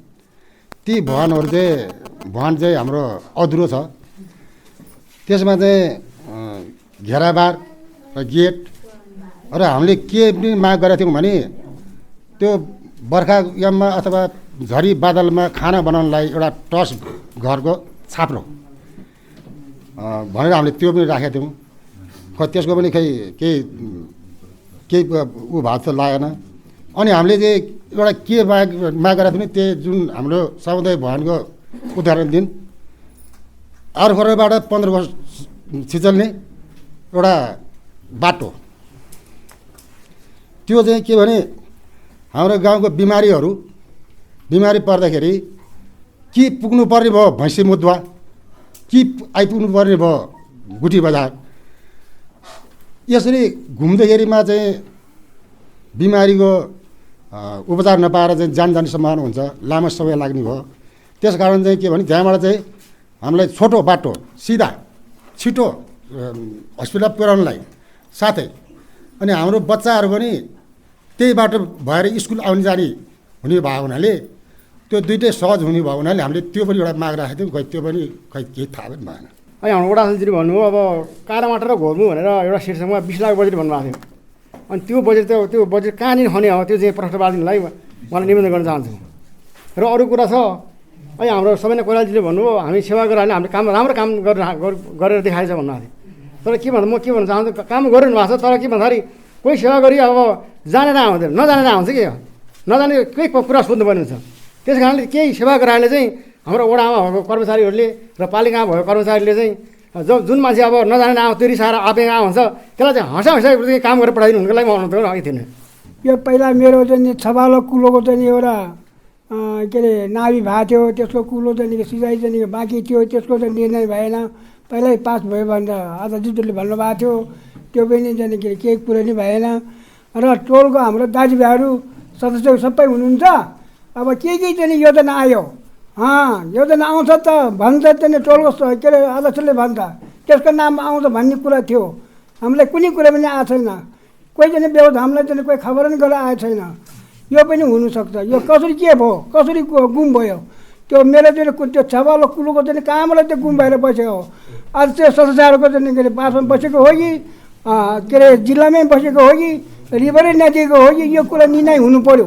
कुरो चाहिँ हाम्रो मात्र भोक्टिनेको उसबाट चाहिँ अब ग्राइबिल बनाउनु भने के थियो, त्यो चाहिँ अब गाडीले के अरे अनुरोध गरेको थियो। त त्यो चाहिँ त्यतिको वर्ष भयो भने त्यतिको गएको, त्यो बनाउनु पाएको छ किन नबनाएको, त्यो चाहिँ अलि चाहिँ प्रश्न पानी हुन्थ्यो भन्ने कुरो हो। मेरो त्यति हो 2 शब्द। दोस्रो रनिङ बिलको लागि चाहिँ मैले भ्याट बिल त्यहाँ चाहिँ पेस गर्नु पर्ने थियो होइन, माथि पालिकामा, प्लस त्यो बिल फेरि हामीले तल पुनर्निर्माण पनि पेस गर्नु पर्ने थियो। अब पुनर्निर्माणले भन्छ कि त्यहाँ ओरिजिनल भ्याट बिल चाहिन्छ होइन। अनि त्यहाँ ओरिजिनल भ्याट बिल हामीले लगभग त्यस्तै 8-12 लाखको भ्याट बिल हामीले लिनलाई तपाईँहरू सबैलाई थाहा छ, योजना गरेको मान्छेलाई होइन। 8-12 लाखको भ्याट बिल तिर्नलाई हामीले त्यसमा पैसा कति बुझाउनुपर्छ भ्याट बिलको लागि होइन, एक्स्ट्रा पैसा दिनुपर्छ नि त हामीले त्यहाँ होइन। अब त्यो पैसा 12 लाखको अनुमान गर्नुहोस् पैसा कति हुन्छ। यो चाहिँ के भयो भने हामीले त्यहाँ पुनर्निर्माणमा चाहिँ 12 लाखको भ्याट बिल बुझाइसकेपछि त्यहाँ पुनर्निर्माणबाट चाहिँ हामीलाई पालिका जानुहोस्, यसो कपी लिएर जानुहोस्, भ्याट बिलको कपीले चाहिँ माथि काम गर्छ भन्नु होइन। अब त्यो भ्याट बिलले चाहिँ माथि काम गरेन, माथि पनि के भन्छ कर्मचारीले ओरिजिनल भ्याट बिल लिएर आ भन्छ। अब तल गएर माग्यो, अब त्यो हामीले दिन मिल्दैन, हामीले माथि पेस गरिसक्यो भन्छ फेरि तल के अरे पुनर्निर्माणले चाहिँ होइन। अब हामीले लिएर आउने कहाँबाट, 2 त भ्याट बिल दिन्छ एउटा सामानको, दिँदैनन् कि त किन्नु पर्यो। अब हुँदै नहुने भएपछि पैसा खेर जानुभन्दा योजनाको पैसा रोकिनु भन्दा त हामी त पैसा निकाल्नको लागि जानु पऱ्यो नि त हामीले। त्यो हिसाबले चाहिँ हामीले के गर्यौँ, भ्याट बिल डबल लिएर आयौँ होइन, पैसा तिरेर भए पनि पैसा तिरेर लिएर आयौँ होइन। यसको अब त्यहाँ योजनामा पैसा अलग्गै छुट्याएर आएको हुँदैन। भ्याट बिलको लागि पैसा चाहिँ ल यसको चाहिँ योजनाको लागि पैसा यति हो, भ्याट बिलको लागि चाहिँ यति हो भने अलग पैसा छुट्याएर आएको हुँदैन। तर हामीले यसको पैसा चाहिँ तिर्यौँ। अब यसको पैसा चाहिँ कहाँबाट मेकअप हुने हो, त्यो पनि अब हामीले माइनसमा गइरहेछौँ होइन। अहिले यो त्योभन्दा ठुलो कुरा चाहिँ के भयो भने यो योजना चाहिँ हाम्रो अब यतिकै ठप्प भइराखेको छ कि। अब यो योजना चाहिँ हामीले टोटल अहिले पैसा पाएको भनेको तपाईँको टोटल 63 लाखमा चाहिँ जम्मा 20-22 लाख पाएको छौँ अहिले हामी त्यस्तै अहिले 10-15 लाखमा यतिकै गइरहेछौँ। अब यसको पैसा चाहिँ कहाँबाट गर्ने होइन। यो योजना चाहिँ के हुन्छ अब अगाडि चाहिँ। हुन त मैले यो कुराहरू बारम्बार अफिसमा गएर पनि भनेको छु, हाम्रो एउटा अध्यक्ष मार्फत पनि माथि गएको छु होइन। अब त्यति चित्तबुद्ध जवाब आइरहेको छैन। यसको चाहिँ जवाब के आउँछ आज गाउँपालिकाबाट चाहिँ प्रतिनिधित्व गरेर आउनु भएको कर्मचारीज्यूलाई चाहिँ म यसको जवाब दिनको लागि पनि अनुरोध गर्न चाहन्छु र भन्दै अब आउने योजनाहरू गर्नको लागि चाहिँ हामी जतिको मान्छेहरूलाई त यतिको गाह्रो हुन्छ भने अलिकति लेखापढा कम हुने मान्छेहरूलाई त हालत के हुन्छ के होइन गाह्रो हुन्छ नि काम गर्नलाई एउटा सानो बिल मिलाउनु त त्यत्रो समय अनि अर्को कुरा मैले छुट्याएँ सरी यो बिलको बेलामा चाहिँ के भयो भने लेखा अधिकारीले चाहिँ टोटल चाहिँ 15 गरेर ऊ हप्ताले 15% अनि स्थानीय तहले चाहिँ 15% गरेर टोटल 30% चाहिँ हामीले बिहोर्नु पर्ने थियो होइन पुनर्निर्माणको 43 लाख त्यसको चाहिँ 15 गरेर हामीले चाहिँ 30% चाहिँ हामीले बिहोर्नु पर्ने थियो त्यो पैसा चाहिँ अनि लास्टमा त्यो आउने पैसा चाहिँ के गरिदियो भने ठिलदेन गुम्बा मार्फतको अनि सेराप छेलिङ बौद्ध गुम्बा हाम्रो आफ्नै भयो तल्लो सेलेको अर्को एउटा छ समतेन छेलिङ गुम्बा यो चाहिँ डिपको गुम्बा यो तीनवटा गुम्बामा चाहिँ पैसा बाँडेर आउनु पर्ने थियो होइन यसको पैसा चाहिँ एउटै गुम्बामा हालिदिनु भएछ कि कसरी भयो यो किन यस्तो भयो भनेर हामीले प्रश्न गर्दाखेरि उहाँले के भन्नुहुन्छ हाम्रो मिस्टेकले भएको अरे ल अब यस्तो पनि मिस्टेकले हुन्छ सर 10 लाख जस्तो पैसा एउटा खातामा हाल्नुपर्ने पैसा अर्को खातामा हालिदिने अनि हामीले चाहिँ किन यस्तो गरेको भन्दाखेरि यो पैसा चाहिँ बाई मिस्टेकले भएको अरे र नेत्रावती डबजुङ 3 स्थित लप्सी खर्क भन्ने ठाउँमा हाम्रो मूलको पानी थियो त्यसमा मूल पानी छ त्यो मूल पानीले हाम्रो नेत्रावती 4 मा प्रत्येक घरधुरीमा चाहिँ हामीले घरमा धारा पुर्याउने उद्देश्यले हाम्रा वडा अध्यक्ष र वडा सदस्य लगायत हामीहरूले पनि उहाँलाई सहयोग गरेर त्यो प्रदेश मार्फत 2,50,00,000 को योजना त्यहाँ हालिएको थियो जुन योजना अहिले लाथालिङ्ग यो 77-78 को बजेट हो त्यो बजेट 77-78 कै बजेट हो त्यो होइन 76-77 को हो होइन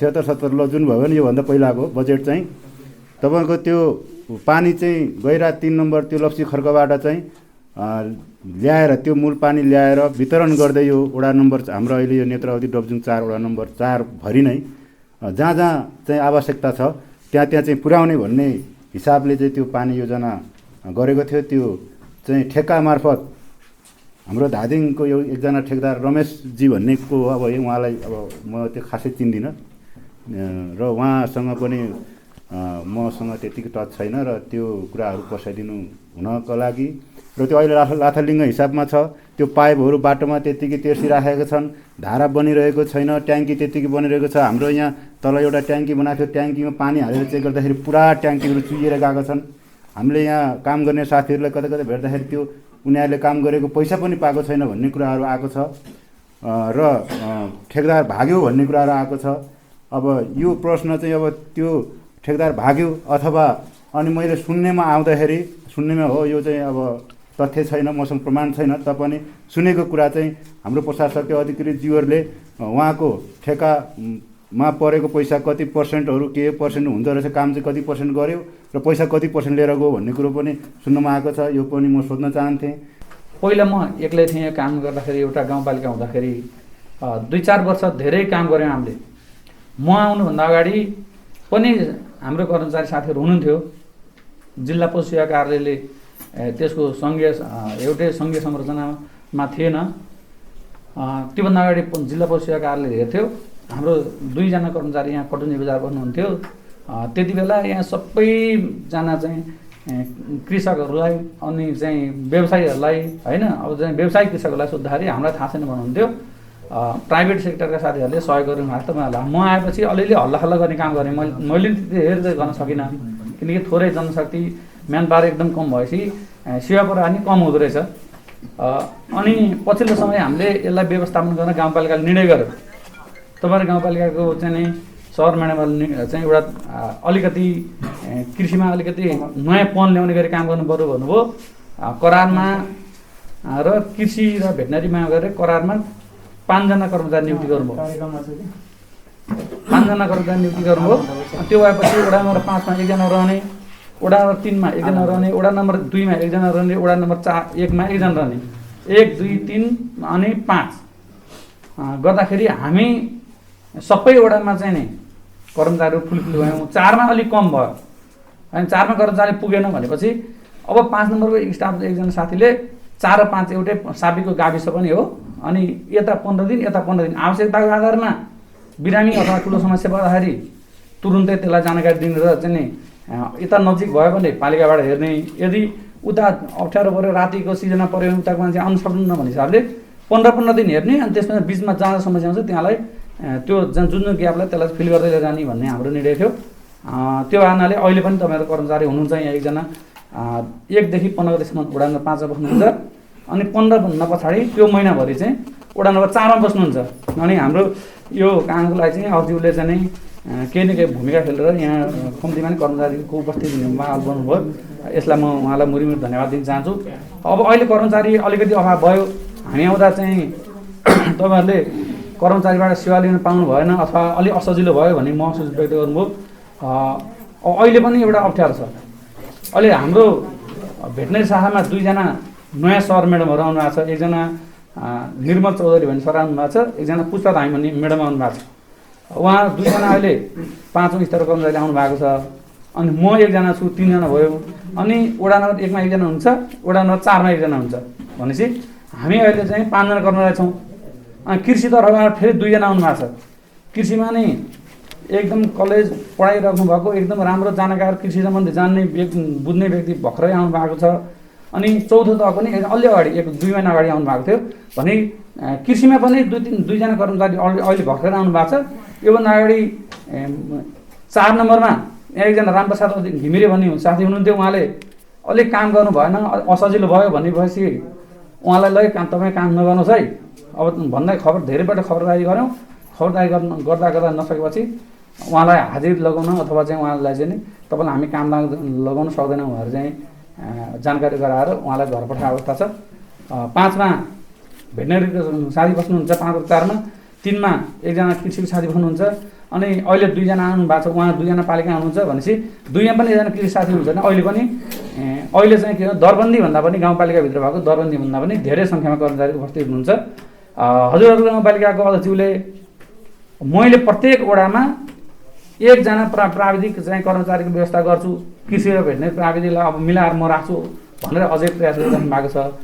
अनि दरबन्दी भन्दा पनि अलि 1-2 जना बढी कर्मचारी 1 जना भेटनेरीमा 1 जना कृषिमा भाग हुँदाखेरि चाहिँ फेरि 1 जना कृषि र 1 जना भेटनेरी कर्मचारी थाल्नुपर्ने अवस्था छ भनेपछि अहिले पछिल्लो समय चाहिँ साथीहरूलाई अलिक के हो कसको जागिर जाने हो अथवा अप्ठ्यारो के हो म काम गर्छु गर्दैन भन्ने हिसाबले पनि अलिकति निराशपन अलिकति काम गर्न असजिलो जाँगर नराखेको हुनसक्छ। हामी उहाँहरूलाई आज लोकसेवाको परीक्षा छ उहाँहरूको आजसम्म, भोलि उहाँहरू आउनुहुन्छ। उहाँहरू आउनु भएपछि हामी गाउँपालिका तर्फबाट पशु सेवाको शाखाको नेतृत्व मैले गरेँ हुनाले हामी भोलि अथवा पर्सि नै उहाँहरूलाई बोलाएर गाउँपालिकामा झिकाउँछौँ र यो विषयमा कुरा गर्छौँ। र सेवा प्रवाह जसले गर्न चाहनुहुन्छ उहाँलाई हामी गाउँपालिका राख्न अथवा उहाँहरूको व्यवहार काम सन्तोषजनक छ भनेर सिफारिस गर्छौँ। जसले म काम गर्न सक्दैन अथवा चाहिँ असजिलो छ महसुस छ अथवा चाहिँ मलाई के अलिकति अप्ठ्यारो भयो भन्नुहुन्छ उहाँहरूको काम सन्तोषजनक छैन यो के गर्ने भएर हामी तपाईँको कार्यपालिकामा पेस गर्न सक्छौँ होइन। अब त्यो बेला आएको छ, त्यो बाहनाले एउटा पुरानो कर्मचारीहरूको एउटा व्यवस्थापन गर्न लागि छ। अब केही दिनभित्र यो पुसको 1-2 गते भन्दा पछाडि फिल्ड कर्मचारी आउनुहुन्छ। दोस्रो भन्दा पुरानो कर्मचारीहरू पनि जानबुझको ज्ञानको सिपको आधारमा को कहाँका व्यवस्थापन गऱ्यौँ भनेर चाहिँ अब तत्काल निर्णय हुन्छ। मलाई आशा छ तपाईँहरूको चाहिँ वडामा तत्काल कर्मचारी आउनुहुन्छ, 1 जना आउनुहुन्छ। कृषिको साथीहरू म कृषि एउटै विषय कृषि त हो तैपनि कृषिको बालीको वस्तुको धानको विषयमा जानकारी नभएले मैले यो चाहिँ नि अब त्यहाँ अहिले साख प्रमुख जो हुनुहुन्छ उहाँलाई समन्वय गरेर कुरा गरेर अनि यहाँको गुनासोलाई सम्बोधन गरेर धानको क्षतिको विवरण टिपेर पठाइसकेका छौँ हामीले। एउटा जानकारी चाहिँ के छ भने अब त्यो क्षतिको चाहिँ नि गरिब चाहिँ अहिले उहाँ दिनले कुरा गर्नुभएको थियो नि उहाँहरूको आम्दानीको आधारमा खान सक्ने यो पालिन सक्ने पेट पाल्ने आधारमा अथवा चाहिँ गरिबीको स्थितिको आधारमा चाहिँ कति प्रतिशत धानको बिउ अथवा के दिने भनेर चाहिँ सरकारले निर्णय गर्नु भनेर चाहिँ हामीलाई रिपोर्ट आइसकेको छ। यसपालि चाहिँ धानको बिउको क्षतिको पनि केही क्षतिपूर्ति दिने हो कि के गर्ने भनेर चाहिँ पत्र आइसकेको होला, केही प्रक्रियाको अगाडि बढाइ होला। हामी अर्को यो जम्का भेटमा अथवा अर्को कुनै कार्यक्रमको अवसरमा हामी त्यो पनि प्रश्न पार्न सक्छौँ। यहाँलाई मैले अन्तिममा एउटा कुरा के जानकारी गराएँ भने हामीसँग गत वर्ष जम्मा 2 लाख रुपियाँ थियो औषधि खरिद गर्न भनेर हामीले 2 लाख रुपियाँको औषधि खरिद गरेका थियौँ। गाउँपालिकाभरिमा 5 वटा वडा छ भनेपछि तपाईँको जस्तै वडा 5 वटा छ भनेपछि 5वटा ठाउँमा 2 लाख रुपियाँको चाहिँ औषधि समान तरिकाले वितरण गर्दा कति खर्च भयो होला होइन, कसरी म्यानेज गर्यो होला भन्ने एउटा असजिलो स्थिति थियो। अहिले यो वर्ष हामीले हिजो मात्रै 2 लाखको औषधि थप नयाँ यो सालमा 2 लाखको औषधि खरिद गरेर ल्याएर पालिकामा झारेछौँ। भोलिबाट यो वितरण कार्य सुरु हुन्छ। हामी शिविरको रूपमा भोलिबाट पनि अब केही दिनपछि शिविरको रूपमा हामी चाहिँ स्वास्थ्य सेवा प्रवाह गरौँ भनेर पशु स्वास्थ्य शिविरको रूपमा हामी गाउँ गाउँमा टोलमा आएर बस्छौँ, केही दिन बस्छौँ। यो टोलमा 1 दिन, अर्को टोलमा 1 दिन, अथवा सके सम्भव भएसम्म 2-2 दिन, नभए 5वटा वडामा 1-1 दिन भने हामी 5 दिन भने घुम्छौँ अब केही दिनमै भनेपछि त्यहाँबाट सेवा पनि लिन अनुरोध गर्छु। अनि दोस्रो सेसनमा चाहिँ हामी फेरि अब अर्को वर्ष गाउँपालिकाले 5 लाख रुपियाँको औषधि वितरण गर्नुपर्छ। कतैबाट पनि आवश्यकताको आधारमा भिटामिन नबान्नुहोस्, त्यो खर्चिलो पनि हुन्छ। अपेक्षा जनताको चाहिँ अपेक्षा पनि अलिकति बोतल र ट्याब्लेट बेसी बोतलको दिनुहोस् है भन्ने चाहिँ माग अलिक बढ्छ। त्यो भएर भिटामिन बाहेक अरू औषधिहरू आधारभूत स्वास्थ्य सुविधाको चाहिँ स्वास्थ्य सुधारलाई औषधिहरू वितरण गर्नको लागि चाहिँ तपाईँहरू अगाडि बढ्नुहोस् भनेर नयाँ 5 लाख रुपियाँ छुट्याइदिनु भएको छ भनेपछि 5 र 2 ले 7 लाख रुपियाँ भयो भनेपछि हामी यो वर्ष 5वटै वडाबाट कम्तीमा नि 1 लाख चाहिँ 1.25 लाख पैसा त हामीले वितरण गर्न सक्यौँ नि भनेपछि यसपालि चाहिँ औषधिको पनि अभाव हुँदैन, कर्मचारी चाहिँ म्यानेज हुन्छ। त्यसको लागि चाहिँ गाउँपालिका अध्यक्षज्यूहरू, उपाध्यक्षज्यूहरू, तपाईँको वडाध्यक्षज्यूहरू र चाहिँ यो वडाको समितिको लागिराख्नु भएको छ। लकडाउनको अवस्थामा एम्बुलेन्सबाट चाहिँ विशेष कारणले एउटै एम्बुलेन्समा 2-3टासम्म पनि बिरामी बोक्नु परेको थियो। त्यो बेला हामीले निर्णय गरेका थियौँ जनतालाई सेवामा दिनुपर्छ, हामीले त्यो वर्ष 2 लाख रुपियाँ एम्बुलेन्स मर्मत भनेर राखेका थियौँ। त्यसैले हामी पनि त्यसको प्रतिनिधित्व गरेर चाहिँ त्यो समितिको चाहिँ हामी सदस्य पनि होइन, तर हाम्रो वडामा चलेको कारणले हामी त्यो क्षेत्रमा बसेर चाहिँ एउटा निर्णय हामीले सहजीकरण गरेका थियौँ। 9,000 थियो त्यो यथार्थ हो र 5,000 कृषि र धादिङलाई चाहिँ 5,000 भनेर तोकेका थियौँ। त्यो वर्ष हामीले उहाँलाई अनुदान दिएका थियौँ। अनि त्यो गुनासो पछि मलाई व्यक्तिगत रूपमा पनि आएपछि उहाँलाई ड्राइभरलाई भन्दाखेरि म त्यसलाई चाहिँ फर्काउँछु भन्ने कुरा आश्वासन दिएको थियौँ हामीलाई चाहिँ। त्यसपछि फेरि पुनः गुनासो आएन, त्यो कहाँ पुग्यो भन्ने कुरो त्यतिमै मेरो सीमित भएको थियो। त्यतिखेर मसँग ठोकेको प्रश्न। अर्को जग्गा दर्ता निवेदन अगाडि बढेन भन्ने कुरा यथार्थ हो। यो भूमि सुधार आयोग हिजो केपी शर्मा ओलीको अध्यक्षतामा गठन भएको थियो, उहाँको सरकारको प्रमुख प्रधानमन्त्रीको हैसियतको बेलामा। अनि त्यस पश्चात यो कार्यक्रम प्रत्येक जिल्लामा लागू भएको पनि थियो। तपाईँलाई थाहा छ तराई जिल्लामा केही साथीहरूले लाल ऊर्जा पनि प्राप्त भएको थियो, यो सबैलाई थाहा छ। र त्यसै गरी हाम्रो ठाउँमा पनि छुटेकाहरूलाई दर्ता गर्ने भनेर पत्राचार भइसक्यो। भूमि सुधारको तालिम पनि पाएको थियो हाम्रो सचिव र हामीहरूले। अनि त्यही अनुरूप हामीले सबै निवेदनहरू आह्वान गर्यो विधिबद्ध रूपमा। 15 दिनको सूचना दिएर आह्वान गर्दाखेरि सबैको निवेदन हामीले दर्ता गरियो। त्यसको चरणहरू थियो। अनि प्रारम्भिक चरण थियो, हामीले फेरि त्यसलाई कार्य समितिले फेरि निर्णय गरेर सिफारिस गर्ने चरण थियो। हामीले त्यो चरण पनि पुग्यो, कार्य समितिका साथीहरूलाई बोलायौँ। अब यति गुनासो आयो, यसलाई चाहिँ भूमि सुधार आयोगमा सिफारिस गर्ने भनेर त्यो फाइल पनि हामीले उठाएका थियौँ। गएपछि प्रधानमन्त्री केपी शर्मा ओलीको त्यतिखेरको उहाँको सरकार विघटन भयो। अनि त्यसपछि अर्को सरकार आउने बेलामा भूमि सुधार आयोगै खारेज गरिदियो। धादिङमा हाम्रो भूमि सुधार आयोग थियो समन्वय समितिमा, त्यो पनि खारेज भइसकेपछि त्यो लानुपर्ने ती समन्वय समितिमा समिति खारेज भयो। त्यो फाइल जस्ताको तस्तै छ। अहिले नेपाल सरकारमा यो आयोगै खारेज भयो।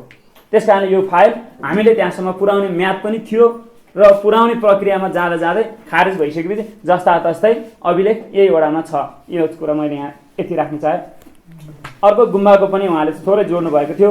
हो घोप्दिनी गुम्बामा पनि हामीले थोरै रकम चाहिँ पहिला च्यानल गेट र त्यहाँ झ्यालको व्यवस्थापन गर्नका लागि हामीले बजेट विनियोजन गरेकै थियौँ, धर्महरूलाई पनि समावेश गर्ने सबै कुरोलाई भनेर। अनि दोस्रो वर्षको आयोजनामा फेरि त्यसलाई चाहिँ इन्डियन एम्बेसीबाट चाहिँ पुनर्निर्माणबाट फेरि आयोजना पर्ने भन्ने कुरा भइसकेपछि त्यसलाई यथास्थानमै हामीले ब्रेक लगाएको हो। यथार्थ यो कुरा चाहिँ त्यहाँ प्लास्टर गर्नु काम बाँकी थियो, त्यो कुरा उहाँले माग गर्नुभएको थियो। फेरि चाहिँ पुनर्निर्माणबाट सम्बोधन हुने जानकारी पाएपछि हामीले त्यसलाई अगाडि बढाएनौँ। अर्को पशु सेवाको कुरा आइसकेको छन्। यसलाई मैले पनि थोरै मध्यनजर, म त्यो शाखाको राजनीतिक हिसाबको प्रमुख भएको हिसाबले हामीतिर कर्मचारी अभाव थियो र अर्को कर्मचारी पनि के थियो, अस्थायीहरू अलिकति अस्थायी नै काम भएको कारणले अघि नै यहाँ पशु सेवकले भने जस्तो 2 जना थियो।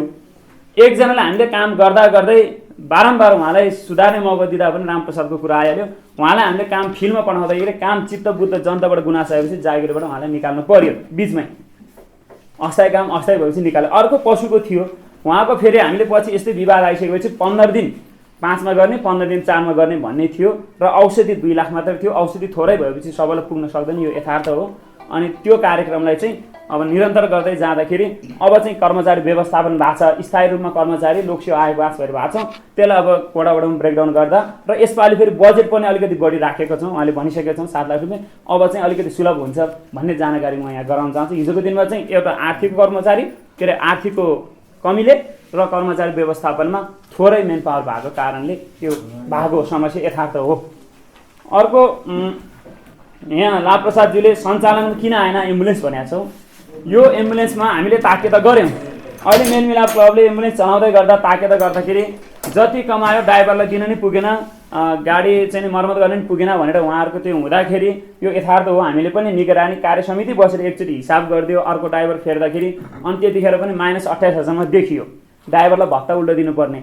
अनि त्यसपछि अर्को ड्राइभरले पनि गर्दा गर्दै बिचमा पैसा पनि उठेन भन्यो, गर्दा कोभिडको कार्यक्रम बोक्दा बोक्दा फेरि पालिकाबाट दिनुपर्ने भुक्तानीमा पनि अलिकति के कुराहरू मिलेन छ के अरे स्वास्थ्यसँग, त्यसपछि त्यो रोकियो र अहिले चाहिँ त्यो एम्बुलेन्स मर्मतका लागि हालेको छौँ। हामीले चाहिँ के भनेको छौँ, हाम्रो वडाको तर्फबाट यसपालि हाल्नुपर्ने सहयोग गर्नुपर्ने कुराहरूमा हामी सहयोग गर्छौँ र एम्बुलेन्स चाहिँ मर्मत गर्नु भनेर वचन दिइसकेको छौँ। त्यो मर्मतको प्रक्रियामा छ, त्यो अब छिट्टै नै त्यसको समाधान हुन्छ र त्यो डोनरसँग चाहिँ कुरा भइसकेको छ। डोनर पनि केही समयमा आउँदैछ नेपालमा, अनि हामी त्योलाई फेरि सुचारू गर्ने, उहाँहरूले कि सुचारू गर्नुहुन्छ कि कसैलाई हस्तान्तरण गर्नुहुन्छ, दुईटामा एउटा कुरा चाहिँ हुने कुरा चाहिँ मौखिक कुरा चाहिँ भइरहेको यहाँहरूमा म जानकारी गराउँछु। केही समयपछि यो फेरि सुचारू हुन्छ। अहिले हस्पिटल पनि सञ्चालन, यहाँ डाक्टर साहब आइसक्नु भएको, अब यो हस्पिटल केही समयभित्र एकदम तीव्र गति रूपमा चाहिँ सञ्चालन हुन गइरहेको छौँ। सबै स्टाफहरू अब पूर्ण हुन केही दिन बाँकी छ, अनि पौष 1 गतेबाट चाहिँ सेवा नै दिने हिसाबले उहाँहरू लागि पर्नु भएको छ। यो पनि मैले यहाँ जानकारी गराएँ। अर्को छ मनराज घलेबाट योजनाको कुरो माग गर्नुभएको, कसरी पुरा भएन भन्ने कुरा हो। हामीसँग समस्याहरू धेरै छन्, स्रोत थोरै छन् र आवश्यकताहरूलाई प्राथमिकरण गर्दै जाँदाखेरि अरू ठाउँलाई पनि समावेश गर्नुपर्ने र बजेट पनि एक ठाउँमा मात्र होइन सबै एरियामा छरेर चाहिँ मिलाएर हाल्नु पर्दाखेरि यो वर्ष अलिकति त्यसलाई सम्बोधन गर्न नसकेको कुरा मैले यहाँ जानकारी गराएँ। अब पूर्ण गाउँसभामा हामी यो कुरालाई केही न केही सम्बोधन गर्ने कुरा प्रतिबद्धता यहाँ जनाउँछु म। अर्को धनबहादुर घलेजीले राख्नु भएको 20 लाख योजनाको तमै के अरे कालामाटस घोर्मु शीर्षकको बाटो कहाँ पुगेर टुङ्गिन्छ भन्ने कुरा चाहिँ अहिले यसको समिति गठन गर्ने चरणमा छौँ। यो बाटो यता आउँदैन, छापसम्म आउँछ, तमै छापसम्म स्तर उन्नति गरेर अनि न्युरिनी सडक चाहिँ खन्ने भनेर कार्य समिति त्यहाँका उपभोक्तासँग कुरा भइसकेको छौँ। त्यहाँ छापबाट यता टुङ्गिन्छ यो बाटो। र अर्को कुरो उहाँले जोडिएको एउटा सेवाग्राहीसँगको कुरा छ, अलिकति हँसिलो अनुहार गरिदिनु भन्ने कुरा चाहिँ यो जायज कुरा हो। त्यो विषयमा म कर्मचारी साथीहरूसँग समन्वय गरेर कुन चाहिँ कर्मचारीको त्यो रहेछ अहिले त्यसलाई सुधार्ने पक्षमा म उहाँहरूलाई सल्लाह सुझाव दिएर चाहिँ त्यसलाई अगाडि बढाउने यहाँहरूको माझ प्रतिबद्धता जनाउँछु। अर्को कृष्णबहादुर तामाङले छपालो कुलोको थियो, यो धेरै अगाडिको कुरा हो, धेरै कुरा ठोकिएको पनि थियो। त्यतिखेर नेपाल रेड क्रस सोसाइटीले चाहिँ हामीलाई 15 खेत सिँचाइ र यो छपालो सिँचाइ गर्ने भनेर चाहिँ कार्यक्रम बाचा गरेका थियौँ। एउटा कार्यक्रम 15 खेतको चाहिँ गरियो, अनि यो छपालोको पनि उहाँले गर्ने क्रममा चाहिँ उहाँहरूको माथि केन्द्रमा अलिकति रेड क्रस बिचमा केही उजुरी परेपछि यो कार्यक्रम बन्द भयो। त्यसपछि उहाँहरू फर्केर पनि त्यो कार्यक्रम ल्याउनु भएन, अनि त्यसमै सीमित भयो। यो हामीले उहाँहरू मार्फत चाहिँ पेसिसकेका छौँ। उहाँहरूको कार्यक्रम सीमित, लक्जमबर्ग रेड क्रसको कार्यक्रम सीमित भइसकेपछि यो फेरि कार्यक्रम चाहिँ रोकिएको हो। यो मैले यहाँ जानकारी गराएँ। अर्को राज्यको ग्राभिल चाहिँ के भयो भन्ने कुरा छ, यो यसपालि पनि ठेक्कामा गएको छ। गत साल ठेकदारहरूले समयमा नै काम सम्पन्न नभएको कारणले पालिकाले चाहिँ त्यसलाई कारबाही गर्ने क्रम अगाडि बढिसकेको छन्। ब्ल्याकलिस्टमा हाल्नुपर्ने काम पनि पालिकाले गरिसकेका छन्। यसपालि फेरि थप बजेटको टेन्डर ओपन भइसकेको छ। यसपालि फेरि यो कामलाई चाहिँ बिछ्याउने कारणले हामी प्राविधिकहरूलाई चाहिँ यसलाई अनुरोध गर्ने काम गर्छौँ। अर्को बुद्धराम तामाङजीको छ, यहाँ बढी चाहिँ प्रशासकीय प्रमुख र लेखालाई छ, यो पक्कै पनि मिडिया साथीहरूले चाहिँ सम्मान गरिदिनु हुनेछ। र यसको अब उहाँको यो गुम्बालाई चाहिँ अहिले डोरीडार भन्ने संस्थालाई चाहिँ जिम्मा लागेको छ भन्ने कुरो आछ पुनर्निर्माणबाट। त्यो संस्था हेटौँडामा सञ्चालन भएको कुरो पनि हामीले जानकारी पाएको छौँ। अब यसका लागि मान्य डाक्टरसँग अस्ति कुरा भएको छ, उहाँले केही दिनमा नै म जानकारी गराउँछौँ कहाँ पुगेछ भनेर अपडेट गराउँछु भन्ने कुरा चाहिँ भएको छ। उहाँबाट मैले जानकारी पाएपछि फेरि पुनः तपाईँहरूले थप जानकारीको लागि म अनुरोध गर्नेछु, के थप जानकारी गराउनेछौँ। अर्को सानुकान्त रामजीको छ, मैले अघि नै पनि उद्घोष गरेका थियौँ, अलिकति खानेपानीमा ठेकदार र प्राविधिक र कर्मचारी साथीहरूको लापरवाहीको कारणले अलिकति हामी दुश्मन गर्नुपर्ने ठाउँ छ। त्यसमा म आफैले पनि बारम्बार कार्यपालिका मिटिङमा गाउँसभाको मिटिङमा यो कुरा उठाइरहेको हो। उठाउँदाखेरि उहाँले चाहिँ बारम्बार 2 पटक 3 पटकसम्म चिठी काट्ने प्रावधान हामी पुरा गर्छौँ, त्यसपछि उहाँलाई कारवाही गर्ने कुरामा हामी अगाडि बढ्छौँ भन्ने प्रशासन तर्फबाट चाहिँ मलाई सान्त्वना दिएको छौँ। त्यही कुरा म यहाँहरूमाझ राख्न चाहन्छु। अब यो उहाँलाई बारम्बार चिठी काटेको पुरा भइसकेपछि चाहिँ तुरुन्त उहाँले छानबिन गर्नेछ भन्ने कुरोमा चाहिँ म यहाँहरूमाझ मलाई जे आश्वासन दिएको छ त्यही आश्वासन मैले यहाँहरूमाझ राख्न चाहेँ।